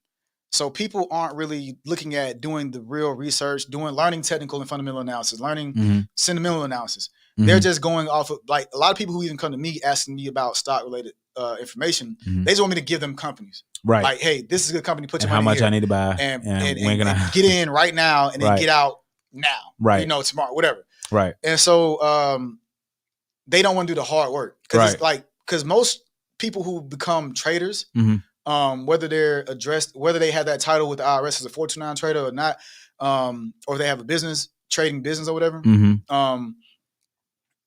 you have, or if they're just a person that just do it on the side, whatever, and they don't have any kind of like acknowledgement from an actual day trader account, something like that. Those people, like, you have where people, like, you can pretty much put it at a 2-year cutoff, right? Most people who started are not going to be continuing with it in like 2 years from the day they start, when they start doing trading. Right. Part of it is because there is a lot of hard work that goes into it. Meme stocks remove the hard work. But the thing is, you have to understand why they work the way they do and why they're dangerous, right? Right. So when you talk about meme stocks, you have two types of, I guess you say, like, valuations, right? Or two different types of values with the stock. You have like the fundamental value, which is basically it's comprised, or let's say you have like a stock that's valued at $50 a share. So analysts, like professional analysts, they have their formulas, they have, their way of pretty much looking at everything with this company and saying, okay, when I look at what the company's doing, this particular calculation, that particular calculation, debts, whatever else, this is what we feel the stock is valued at. Right. So let's say if the analysts say it's $50 per share, that's what we value it at. The issue with meme stocks is there's an unrealistic gap between what the analysts are saying is the value of it, so the fundamental value, and the market value, so what people are willing to pay for it. Gotcha. So that market value, which is what people wouldn't pay for, is, let's say for this $50 stock, is, let's say, $120. So it's a wide gap. You got what, like AMC, for example, was like $3 at one point. Right. You know what I mean? Then it was $11 at one point. Yeah. And then you had where it shot up to $60-something. You know what I'm saying? And so my thing is, I'm not against people making money off of meme stocks. At first, I didn't get into them because I'm like, bro, it's too, I don't understand what's causing this type of movement. Right. And so what I say to people that are doing that, what I think is a good approach is to just be on some get in and get out type stuff. Right. Unless it's super, super cheap, you know what I'm saying? But just have to understand that at the end of the day, everything that comes up will come down. Right. And if you aren't the type of person who's going to do the due diligence to at least learn technical analysis, like I feel like with stocks like that just have these, you know, Reddit influenced, Wall Street influenced type of momentum, technical analysis is going to be your ally. Understanding how to look at a chart and have other types of indicators that you will use, whether it's like moving averages or a lot of people use like RSI, MACD, stuff like that, whatever. And just understand how to read candlesticks. Right. Just that little bit alone. To be able to understand, okay, I think because of this technical analysis that this stock is going to continue to go up. Then, you know what I'm saying? I think if you don't have that, at least, you'll never know when to pull out. You'll never know when the fall is coming. Because you have people that get in. I see people online talking about it who are less educated on how stocks move or whatever. And they're like, yeah, man, that shit's up. Because people see that the stock is going up and see that as an encouraging time, as enough encouragement to get in, right? And so, like, not realizing that, okay, when you get in, you should be watching it more so you know when you need to get out. Absolutely. Whereas when it's down, okay, if you go to Walmart right now, you see this TV that's $500, and you go back and it's still $500. And let's say you go back again, it's like, okay, now it's $600. Do you want to buy this TV for more than what you would have paid for it? Right. But then let's say you go in that Walmart and that TV that was $500 and it's still the same TV is now at $350. Right. You probably want to buy it now, right? Because it still has this, it's the same, it still has the same value. Exactly. It's still the same thing, right? Yeah. These companies don't always have the fundamental value that is being shown, that's being like reflected in the actual stock price itself. Absolutely. So you got to find those holes. You got to know when the entry. Yeah, you have to understand, like, okay, let me at least know, if nothing else, if I'm not going to do any homework, let me at least understand how to look at this and know when I need to just get out. Absolutely. The thing is, and what advice would you give people about looking at the trends? Because trends are very important too, right? That's a part of your analysis, right? To understand over time what it's done. So right. So that's actually a part of the technical analysis. Right. Your highs and your lows and your trends, support resistance or whatever, right? But the thing with the meme stocks is they typically, when like the way AMC, they're unusual. Yeah. The so it's like out of the whack. The one time I made money off AMC, I did not play with them any other time. That was the day when they literally went up 25% in that day, like the stock itself. So that stock more than doubled. You know what I'm saying? Yeah. 25% over the value. Yeah. So it's like to see a stock go from fucking $10 to $20. Right. That's awesome. Like imagine seeing that. That's usually over the course of like months, years. You know Absolutely. What I'm saying? You're not gonna see Tesla, as volatile as Tesla was at one point, overnight double in a single day double. Even when Tesla was like getting all that attention, it took time for Tesla to build up in that way before they had their split or whatever. So my like crazy advice, like look at, you know, how much the stock is mentioned, because like the other thing is too, people not realizing, like analysts, like actual analysts, they're realizing, like Bank of America put out something, I believe, where they talk about like how they realize the trend with these meme stocks. They seeing how, okay, the stock is going to be mentioned so many times. Like, they're developing a pattern to just that. Because they understand it's a very emotional type book. Absolutely. You know what I'm saying? They understand that it's just influenced by people just saying, let's get in and stick it to the man. It's like, bro, like, okay, I get what the idea of this shit represents, but just like Black Lives Matter or whatever else, it's like everybody who believes in whatever root cause of it to stick it to Wall Street or whatever else, like that doesn't account for the entire movement. Right. There are people that are going to get in, and they know that when they make it a point to get in, other people who are less educated are going to get in, and they're going to pump that price up. Right. And then they're going to sell off. Right. And so you got to be careful with them pumping up type of stocks or whatever. Right. That's why I say, like, okay, you have to please look at it as like a short-term deal. Wendy's is to me a good company, whatever. But like fucking BlackBerry, Right. you know what I'm saying? Like GameStop. I mean, like these companies can do something with that money that they're getting, depending on their degree of stewardship. But like people are downloading games online. You know what I'm saying? Like GameStop has to reinvent themselves altogether. Like AMC is a maybe type deal with if they gonna recover the way they need to after this pandemic. So let's sum up your advice. Your number one thing for people is to short term. Do not. As far as the meme stocks, guys. As far as if you're investing in the game stocks and the AMCs, you see them trending. You see people on your timeline talking about, oh, it's trending to the moon and all that. You know those comments. What Erik is saying is look at that as a short term situation. Yeah. Get in, ride the wave. This is how I've made money off of it. I get in and get out. Got it. Second piece: learn technical analysis. And understand trader psychology, because see, people will say the word investing and what they're doing isn't investing. Really, it's gambling. They're gambling. It's like, because you have investing longer term, trading shorter term, and gambling, which is just throwing money into something and not understanding shit. Would you agree that gambling and it relates to stock is just like basically going into a stock and not having education? You're gambling because you don't know what you're doing. About what you're doing. You just say, oh well, because it's just going up. Right. So if you know somebody that they're investing in stocks and you ask them, well, hey, what's the high of this particular stock? What is their high? If they can't tell you what their high is, anything about then they have not done any type of research, right? Even so do your technical analysis. A lot of traders are like as far as short-term traders, a lot of traders rely heavily on technical analysis. Right. And when you're doing longer term, you more heavily relying on fundamentals, but you cannot. But fundamentals heavily influence technicals. Either way. Right. These people are jumping in and building this false sense of confidence, all other kind of shit, because but look, especially because you have a lot of people that are doing this with options and not just buying stocks. Yeah. Options have expiration dates. They have theta for time decay, all that kind of stuff. So you can lose your money. Yeah. Like whereas a stock, it's an unrealized loss until you sell that stock. Right. And you just got to hope and pray. With options, you don't have that I can hold this forever type of thing. Right. And maybe it'll come back up. Right. You got a fucking deadline that you're looking at, and as the days go by, whatever you make is what you make. Whatever you lose is what you lose, and you can lose it all. And people have lost it all. And he's talking about options, guys. So you just got to do again. This segment is to get you started, get you motivated. It's just a little something. So take those things. You got one more. So we got so let's just leave it at that. It's just understanding, or at least taking. And the third tip would be taking a little time. This would be the last tip with that. Taking enough time to learn a little something about trader psychology, because it comes down to your psychology and everybody else's psychology. That's deep. Yeah. And that's the biggest hurdle when it comes to trading and investing. Yeah. Is that. And I think when you guys start looking at trader psychology, now Erik has a lot more experience in stocks than I do. I've dabbled and dabbled, but I think that the trade psychology is very important. But I think that just looking at psychology in general, like learn how you think. Are you an emotional buyer? Just in general, right? Because this is real money.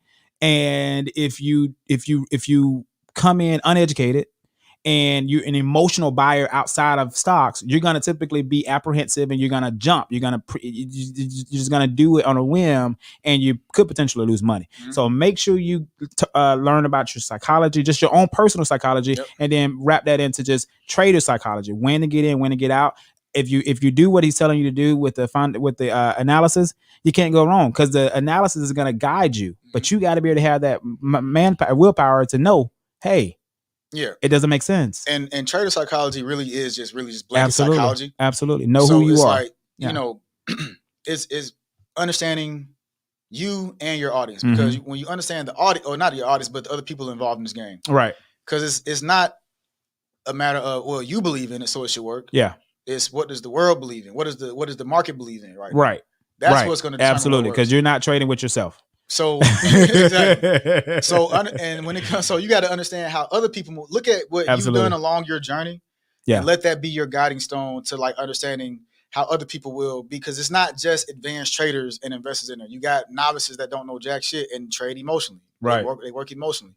So understand your journey along the way and how to, understand those different audiences along the way, and let that be fuck it. Like, we're not gonna keep on going about that. No, we're going to the next part. I got you though, but I wanted to make sure that you got those points out. Yeah. So like, cause we got like 2 more things with this segment to cover, right? So the next thing is God. So the next thing is like, hold on, I'm not done, bro. I'm not done. So a lot of people, when they come to me about stocks, they do ask me like what stocks I'm investing in. Okay. So like as far as my short term, but long term, I primarily try to go for dividend paying stocks, just so I can have money working for me, in that way that I'm passively earning.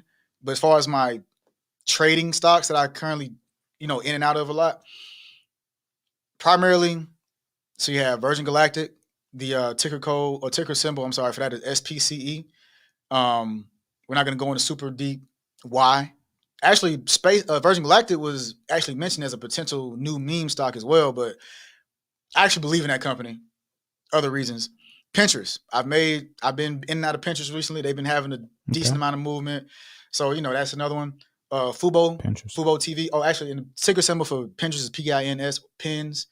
Fubo TV, new one that I've been, in and out of or whatever. Okay, I think I've heard of that company. Yeah, a lot of y'all probably you see the app on your like smart TVs and stuff. And Beyond Meat. I've been in and out of Beyond Meat, making some good money off of them. Actually, Beyond Meat gave me a pretty quick return recently of 100%, a little over 100%. That was damn near in a single day, like the way it jumped up. But yeah, so those are like companies that I typically watch on a regular basis. As far as how to find stocks, how to learn more about trading outside of just YouTube, to give you a little bit more of a roadmap. You have people like myself who do have affiliated programs. I'm affiliated with some programs that are for sale on my Instagram. We'll plug that later, or in the latter end of this segment at least. But as far as what you can just go to that to give you a little bit of a roadmap, Investopedia. It's like Wikipedia, but invest. So INVESTOPEDIA. Investopedia.com. You can put damn near any question in there, and you'll be able to find what you need in there with Investopedia when it comes to trading stocks, stock options, forex, futures, whatever. They have it in. I think they have futures in there. Anyway, Investopedia, great site. If you just Google anything, any random question about the market, and you see the link that has Investopedia in there, it's reputable. And they also have short videos in there that'll give you guidance on what to do. How to. It's like you have the reading and you have the short video to give you that secondary form of like information or whatever. Gotcha. Then you have FinViz, which is where I go there to try to find like stocks that are potentially going to be like growth stocks or whatever. There's a whole way you got to set that up that's a little bit more advanced, but the name of the site is finviz.com, spelled FINVIZ. Okay. So you can go there to get whatever you can make stock lists out of that. You can build your watch list from that.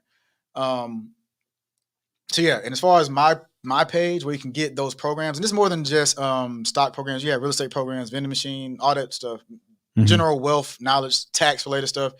It's actually average.nobody, but it's spelled AVG.NBDY 3000, the number 3000. Yeah, it's actually also tagged in the description of this video. So if you watch it on Facebook or whatnot or YouTube, you just go into the descriptions and you'll see both of our IGs there. So yeah, definitely go over to IG, follow Erik, and he'll be giving you guys more context and deep information on getting you started in the stock game. Yeah. So in closing with that, go in there, get you a program, because the first way you learn how to invest is investing in yourself. Absolutely. So pay your little $30, your $50, $100, get a program that's going to guide you. And then, get the rest. Absolutely. Ladies and gentlemen, we'll be right back. And we're going to wrap up the show, man. We almost done. Thank y'all for tuning in with us. Don't go anywhere. We'll be right back. All right, man.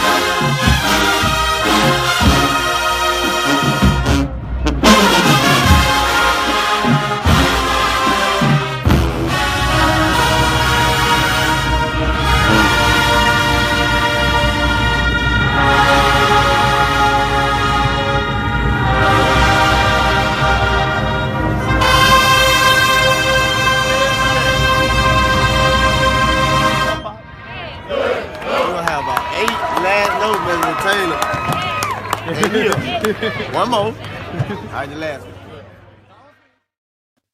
Ladies and gentlemen, thank y'all, man. Thank y'all for sticking out with us, dog. I mean, this has been a beautiful, beautiful show. Mm-hmm. How you feeling, Eric? Shit, I'm good, man. Like, look, ready to eat it after this, but right, we about barbecue. Didn't expect this one to go this long on the first. I think it's just the excitement. Yeah, man. I mean, just having that opportunity to speak, dog. Yeah, you know that open dialogue, and I think we've shared a lot of good information, and just commentary. Yes, having fun with it. Well, without further ado, we're gonna pick it back up a little bit. We're gonna, jump back in here with some commentary over some crazy stuff that happened. This time I'll go ahead and we'll get some stuff on the screen. And we're gonna talk about it, y'all. So we want to try to give some context. Let's see if we can do this. Because I don't know if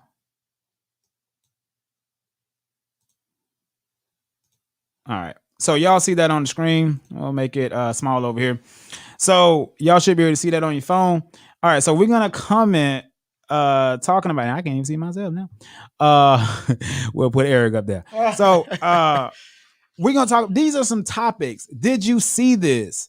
Our social media commentary on ridiculous stuff that we've seen on social media and in around social media. So this first one read, we'll just put this up on the front.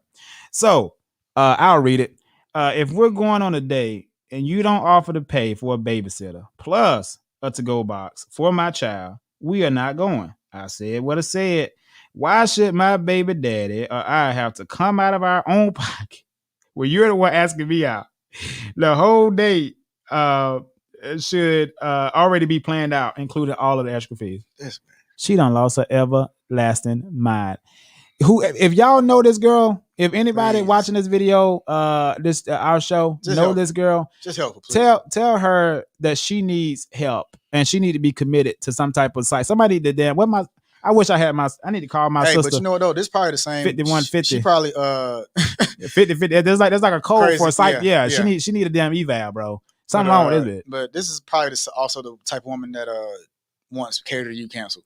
Oh yeah. Oh, for sure. OD entitled, bro. Like you crazy, bro. So I ask you out and I gotta pay for a babysitter. Mm-hmm. You can't do the least bit of just asking your goddamn cousin or somebody to watch this baby. You know what I'm saying? Like, and I gotta pay for it to go. Like, it's not my responsibility to feed your child, bro. Like, and she said, but then she said, "Well, my baby daddy, it ain't my baby daddy responsibility to do that. I don't give a fuck about that nigga anyway. Like, you and your baby daddy. I ain't here to talk about him. That's y'all child. You deal with the well-being. Ooh, these women.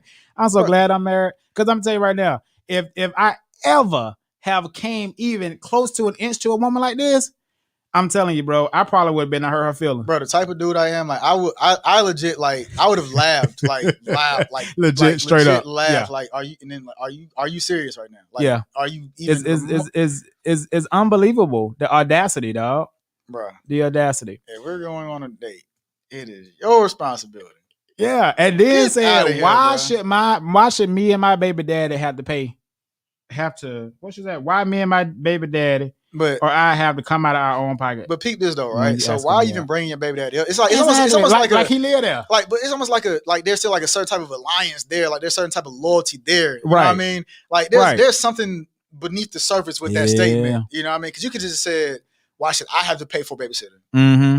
Why you can't just have that nigga watch your kid? Mm-hmm. He's the dad. Like so let him coordinate your shit accordingly. You know what I'm saying? Right. Like have it where when yo, hey, look.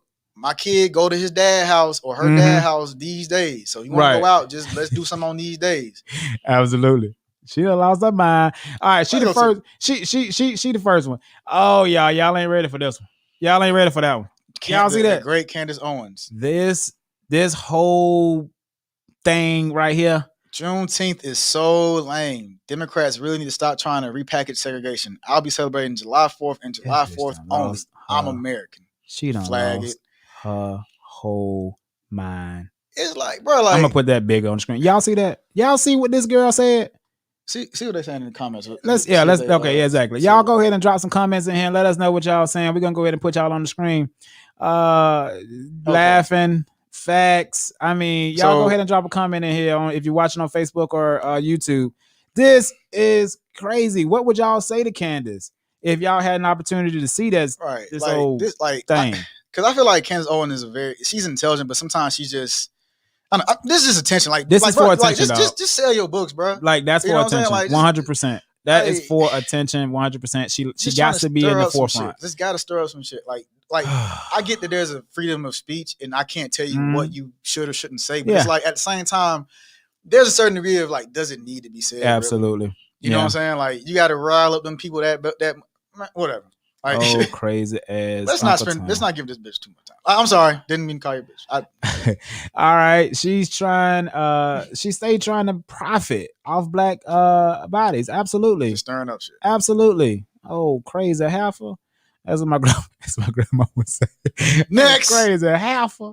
Next, right. She's not toxic, bro. You made her like that. Now you think she is crazy. Your decision reflects her action. Check yourself.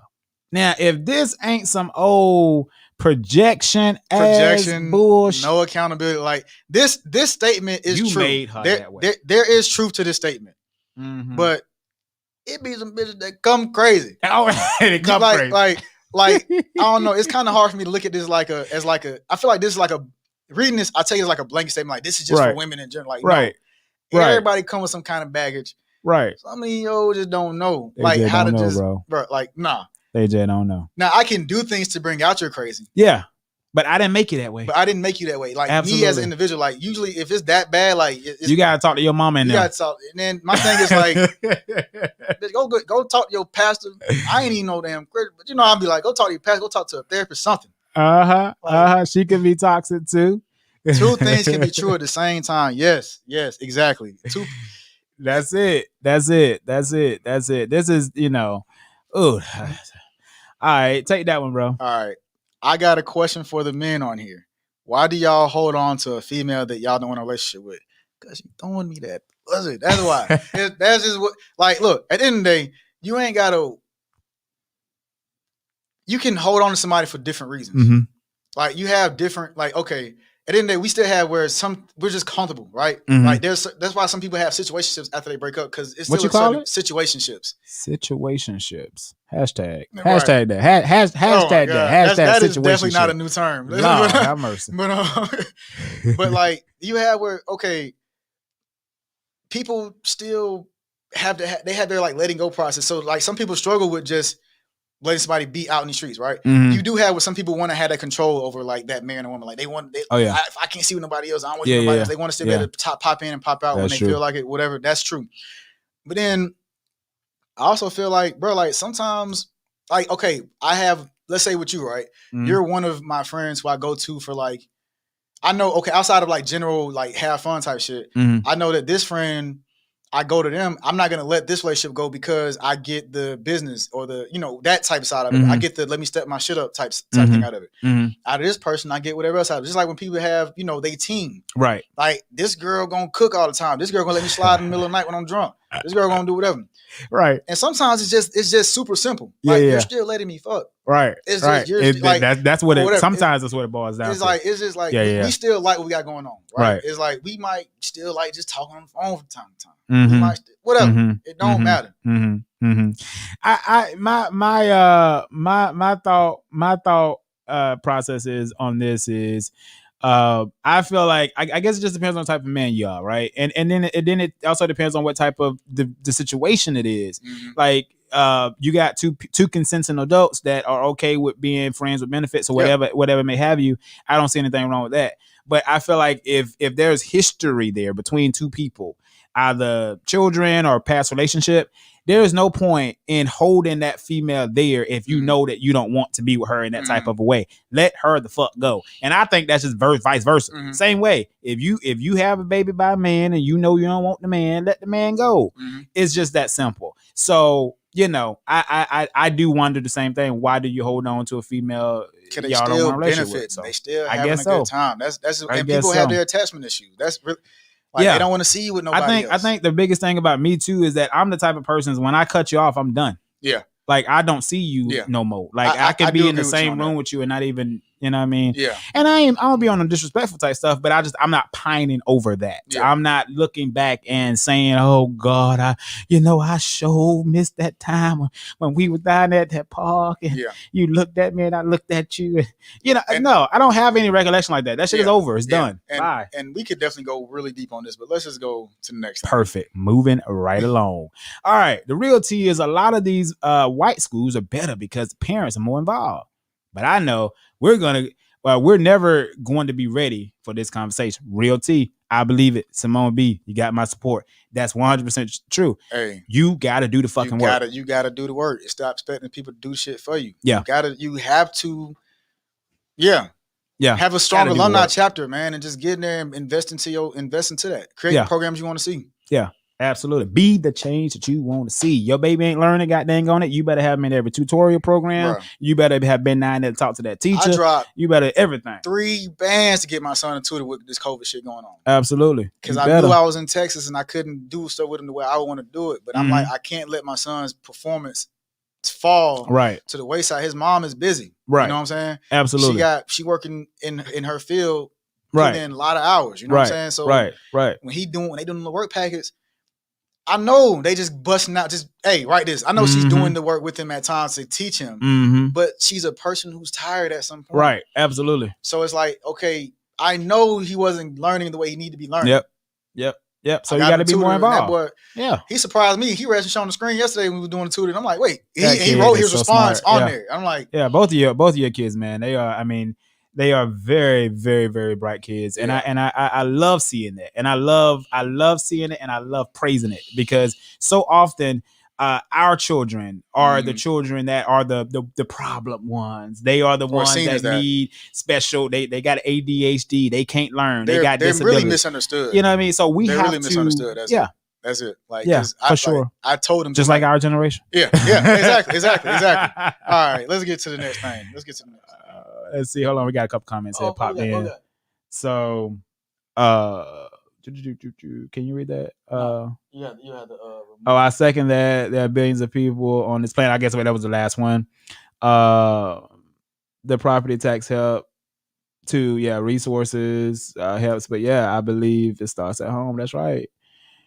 A lot of yes, property tax does. Yes. There are things that are like kind of outside of our control, but we also have a huge influence too. So without going too damn deep into it. Absolutely. All right, take that one, Erik. All right. 8 so-called positive phrases that have an undertone of hating. Get some music in here. Get some music. Turn down just a little bit. Go ahead. It may be. It just may be your speak. It may just be your headphones. Okay. It's just audible now. But go ahead. So, all right. I want to be like you when I grow up. Mm-hmm. All right. So, in my opinion, I don't know. I'm kind of like on something that can be a little bit of hating, but I don't know. I've had people tell me that and be like wanting me to keep doing more. Like, you know what I mean? So, what do you agree on that one? No, I don't think that's hating. You don't think that's hating? All right. What's up, Big Time or Hollywood or something like that? I can see a situation where that might have a little doubt. So it's like, cause you know, if he's thinking like you bigger than us, you better than us, whatever. It's like that. Yeah, I agree. You got it. You know what I'm saying? Yeah, okay. I agree on that. Must be nice. I don't think that's hating like a motherfucker. See, I don't think that's hating. Like when I got my car, I bullshit you not. I had somebody say the exact words. I'm looking at him. Must be nice, bro. He was one of them boys. But I mean, he was like, must be. Here's that word. Must be nice to be able to afford a car like that. I'm like, yeah, it is. I'm like, yeah, it is. But like, I know what you're saying when you say that. Oh. And the way I express it was the tone, like the tonality I used was the way he said it. Mm-hmm. Must be nice to afford a car like that. Why? Because I'm a fucking E6. Like, but bitch, I do stocks outside of this. And I also manage my life to where I can afford the things I want. Right. You know what I'm saying? But anyway, next thing. You lucky. Bitch. I just work hard. Yeah. I worked. Yeah. Like, yeah. Opportunity comes from like I would say that's an undertone of hate. Yeah. Hating. I could have been doing that. This is some bullshit right here. I could have been doing the same thing, but I got responsibilities. Bro. Okay. All right. Some you got fucking excuses to me because like absolutely whatever. How's your little business, bro? Doing? Yeah, now that's some bull. That's like they be like, how your little friend doing, bitch? That's a big ass friend right there. A big booty friend. What is you talking about? They be doing real grown things. What is you? But yeah, it's not really hard to do. Right. Why the fuck you ain't doing exactly? That? Why you ain't got there? You know what I'm saying? Yeah, that's definitely. You telling me that it ain't hard to do. Okay. I say 6 or 7 hating for me. Okay. Don't forget about me when you blow up. I don't think that's. I think that's encouraging. I think that's encouraging too. It's like, I mean, probably still lazy. Yeah. You know, like mad lazy. I can help you create an opportunity, but when you say don't forget about you, like what you mean? Like send you a card, invite you to the house, buy you a car. Hey, I still remember you. Bye. Right. Like, yeah, I shout you out from time to time. Said we related. Yeah. I don't know. We're gonna skip ahead. Time ain't on our side. Right. All right. Last one of the day. Now, this one right here had me thinking last night when Erik presented it to me in the production meeting. And I'm just sitting there. I mean, I was dumbfounded, to be honest with y'all. I was absolutely dumbfounded. I'm going to put this one up by itself so you guys can actually read that. Let me make it bigger for you. And I'm going to read it too. Sex is honestly just sex to me. I do not associate it with love and intimacy. This is partly the reason I find it weird when people fall in love after sex because I generally cannot relate. I see sex as just a pleasurable activity which can be done with anyone you may or may not consider attractive, regardless of the level of intimacy you both share. Now, don't hit me with it.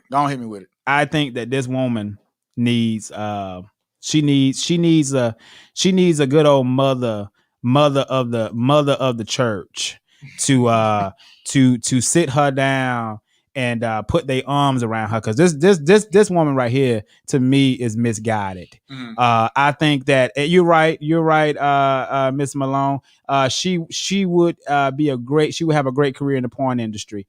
There are people for every situation, but I do believe that something is generally wrong with this woman to have disassociated a level of connection that sex is. Mm-hmm. Sex is a connection, to my opinion. In my opinion, I can't talk for everybody, but that's my opinion. And so when you disassociate that connection with just a physical, it's almost animalistic. It's something that's wrong with this young lady's spirit. God bless her heart.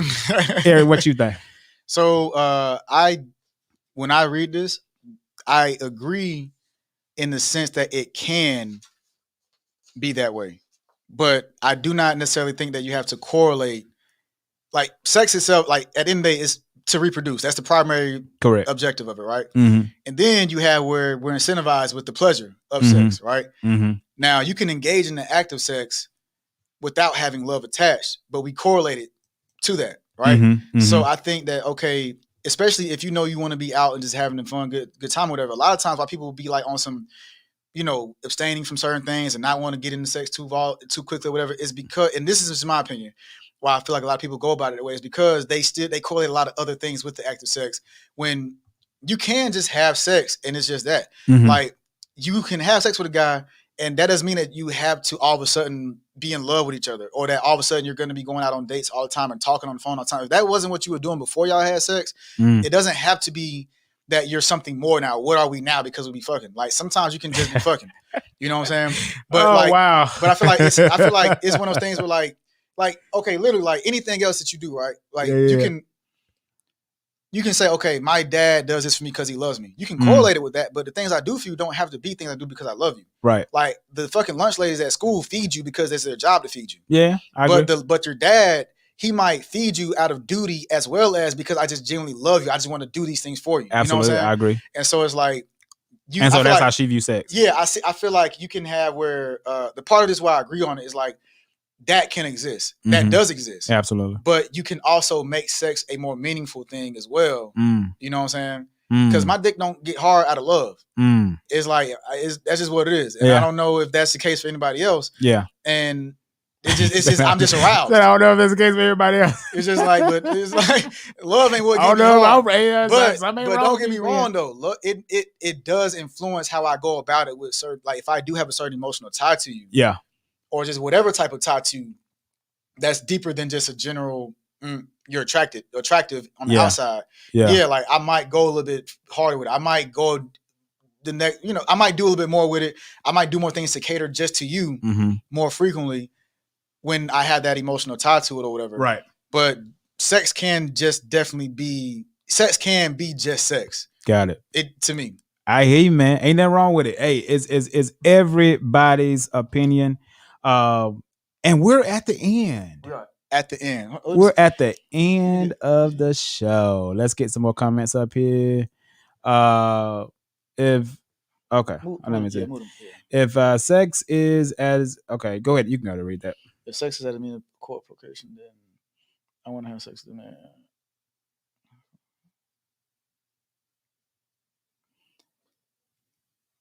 Hold on, let me read that one time. Then I want to sex the man I fucks with like that. Should the condom burst? You know what? I think condoms burst. So what's the sentiment side? Because I didn't read her comment. Oh, it says, okay, so if sex at its core, oh shit, let me look, my eyes is wearing out on me. If sex is at its core a means for procreation, then I want to, there we go. Then, oh shit, what is that? Then I want to sex the man I fucks with like that. Should the condom burst? Well, I feel like condoms break because at some point lubrication becomes a thing. You know what I'm saying? But like when it comes to like, let's say we talk about like, we know we just want to have sex, but we start having unprotected sex. So we're not taking the provision or to prevent us from having a kid or whatever. Look, let's be real. Like raw sex. Well, I think what Sharmika Malone is saying is that if it was just for the means of procreation, then she wanna sex a man that she messes with. Should the condom break? So not every Tom, Dick, and Harry. Not just because I met you at the Chipotle and I thought right. But I also and you're not even and she said she wasn't even don't have to be attracted to the people. Right, it's about her, yeah. But I also feel like, and correct me if I'm wrong, Shamika. I'm thinking she's saying like with the condom burst and like pretty much the oopsie or like right. So if it breaks, it's like she wants to be having sex with somebody that she's going to be with. It's not exclusive just for when it breaks. I think it's just like okay, so if sex is just about procreation, then okay, let's put it this way. Let me just address it instead of trying to explain her point. So we look at sex like. At its core, yes, it's procreation. We're incentivized with the pleasure part of it. At the end of the day, raw sex feels better than protected sex. And at the end of the day, a lot of us are just oops babies. We were not planned. You know what I'm saying? My mom had me at 18. She did not plan me. Like, gotcha. And she's told me that. Gotcha. I didn't plan my kids. Gotcha. You know what I'm saying? We just went in it for a good time. And we like to have a good time. And there's nothing wrong with that. Yeah, we should take the provisions like wearing protection or whatever. As far I feel like the saying like should the condom burst or whatever, I feel like that was more of an undertone of speaking on just the consequences of okay if it's just about pleasure or if it's just about procreate whatever let me not try to. I got it. You've given your opinion about it. Just going back to that core opinion of it is that like you can compartmentalize sex. Yeah, you agree. You agree with the comment. You also agree with some aspects that I agree with some aspects of it. It's like I agree that it all can exist. It can all exist. It's like you can have where it's compartmentalized with just sex. You can have where it bleeds off into a bunch of other things. Yeah. Because the way you fucking this random girl ain't the same way you fucking your girl. You know what I'm saying? I get it. I'm not saying cheating. I'm just whatever. All right. Well, ladies and gentlemen, thank you for joining the show. I hope you had a great time. And we'll see you next week. Hopefully same time, same place. Yes, ma'am. More information will follow about where you can catch us on the next topics, the next stuff. Just make sure you like the New Wave Media Group page.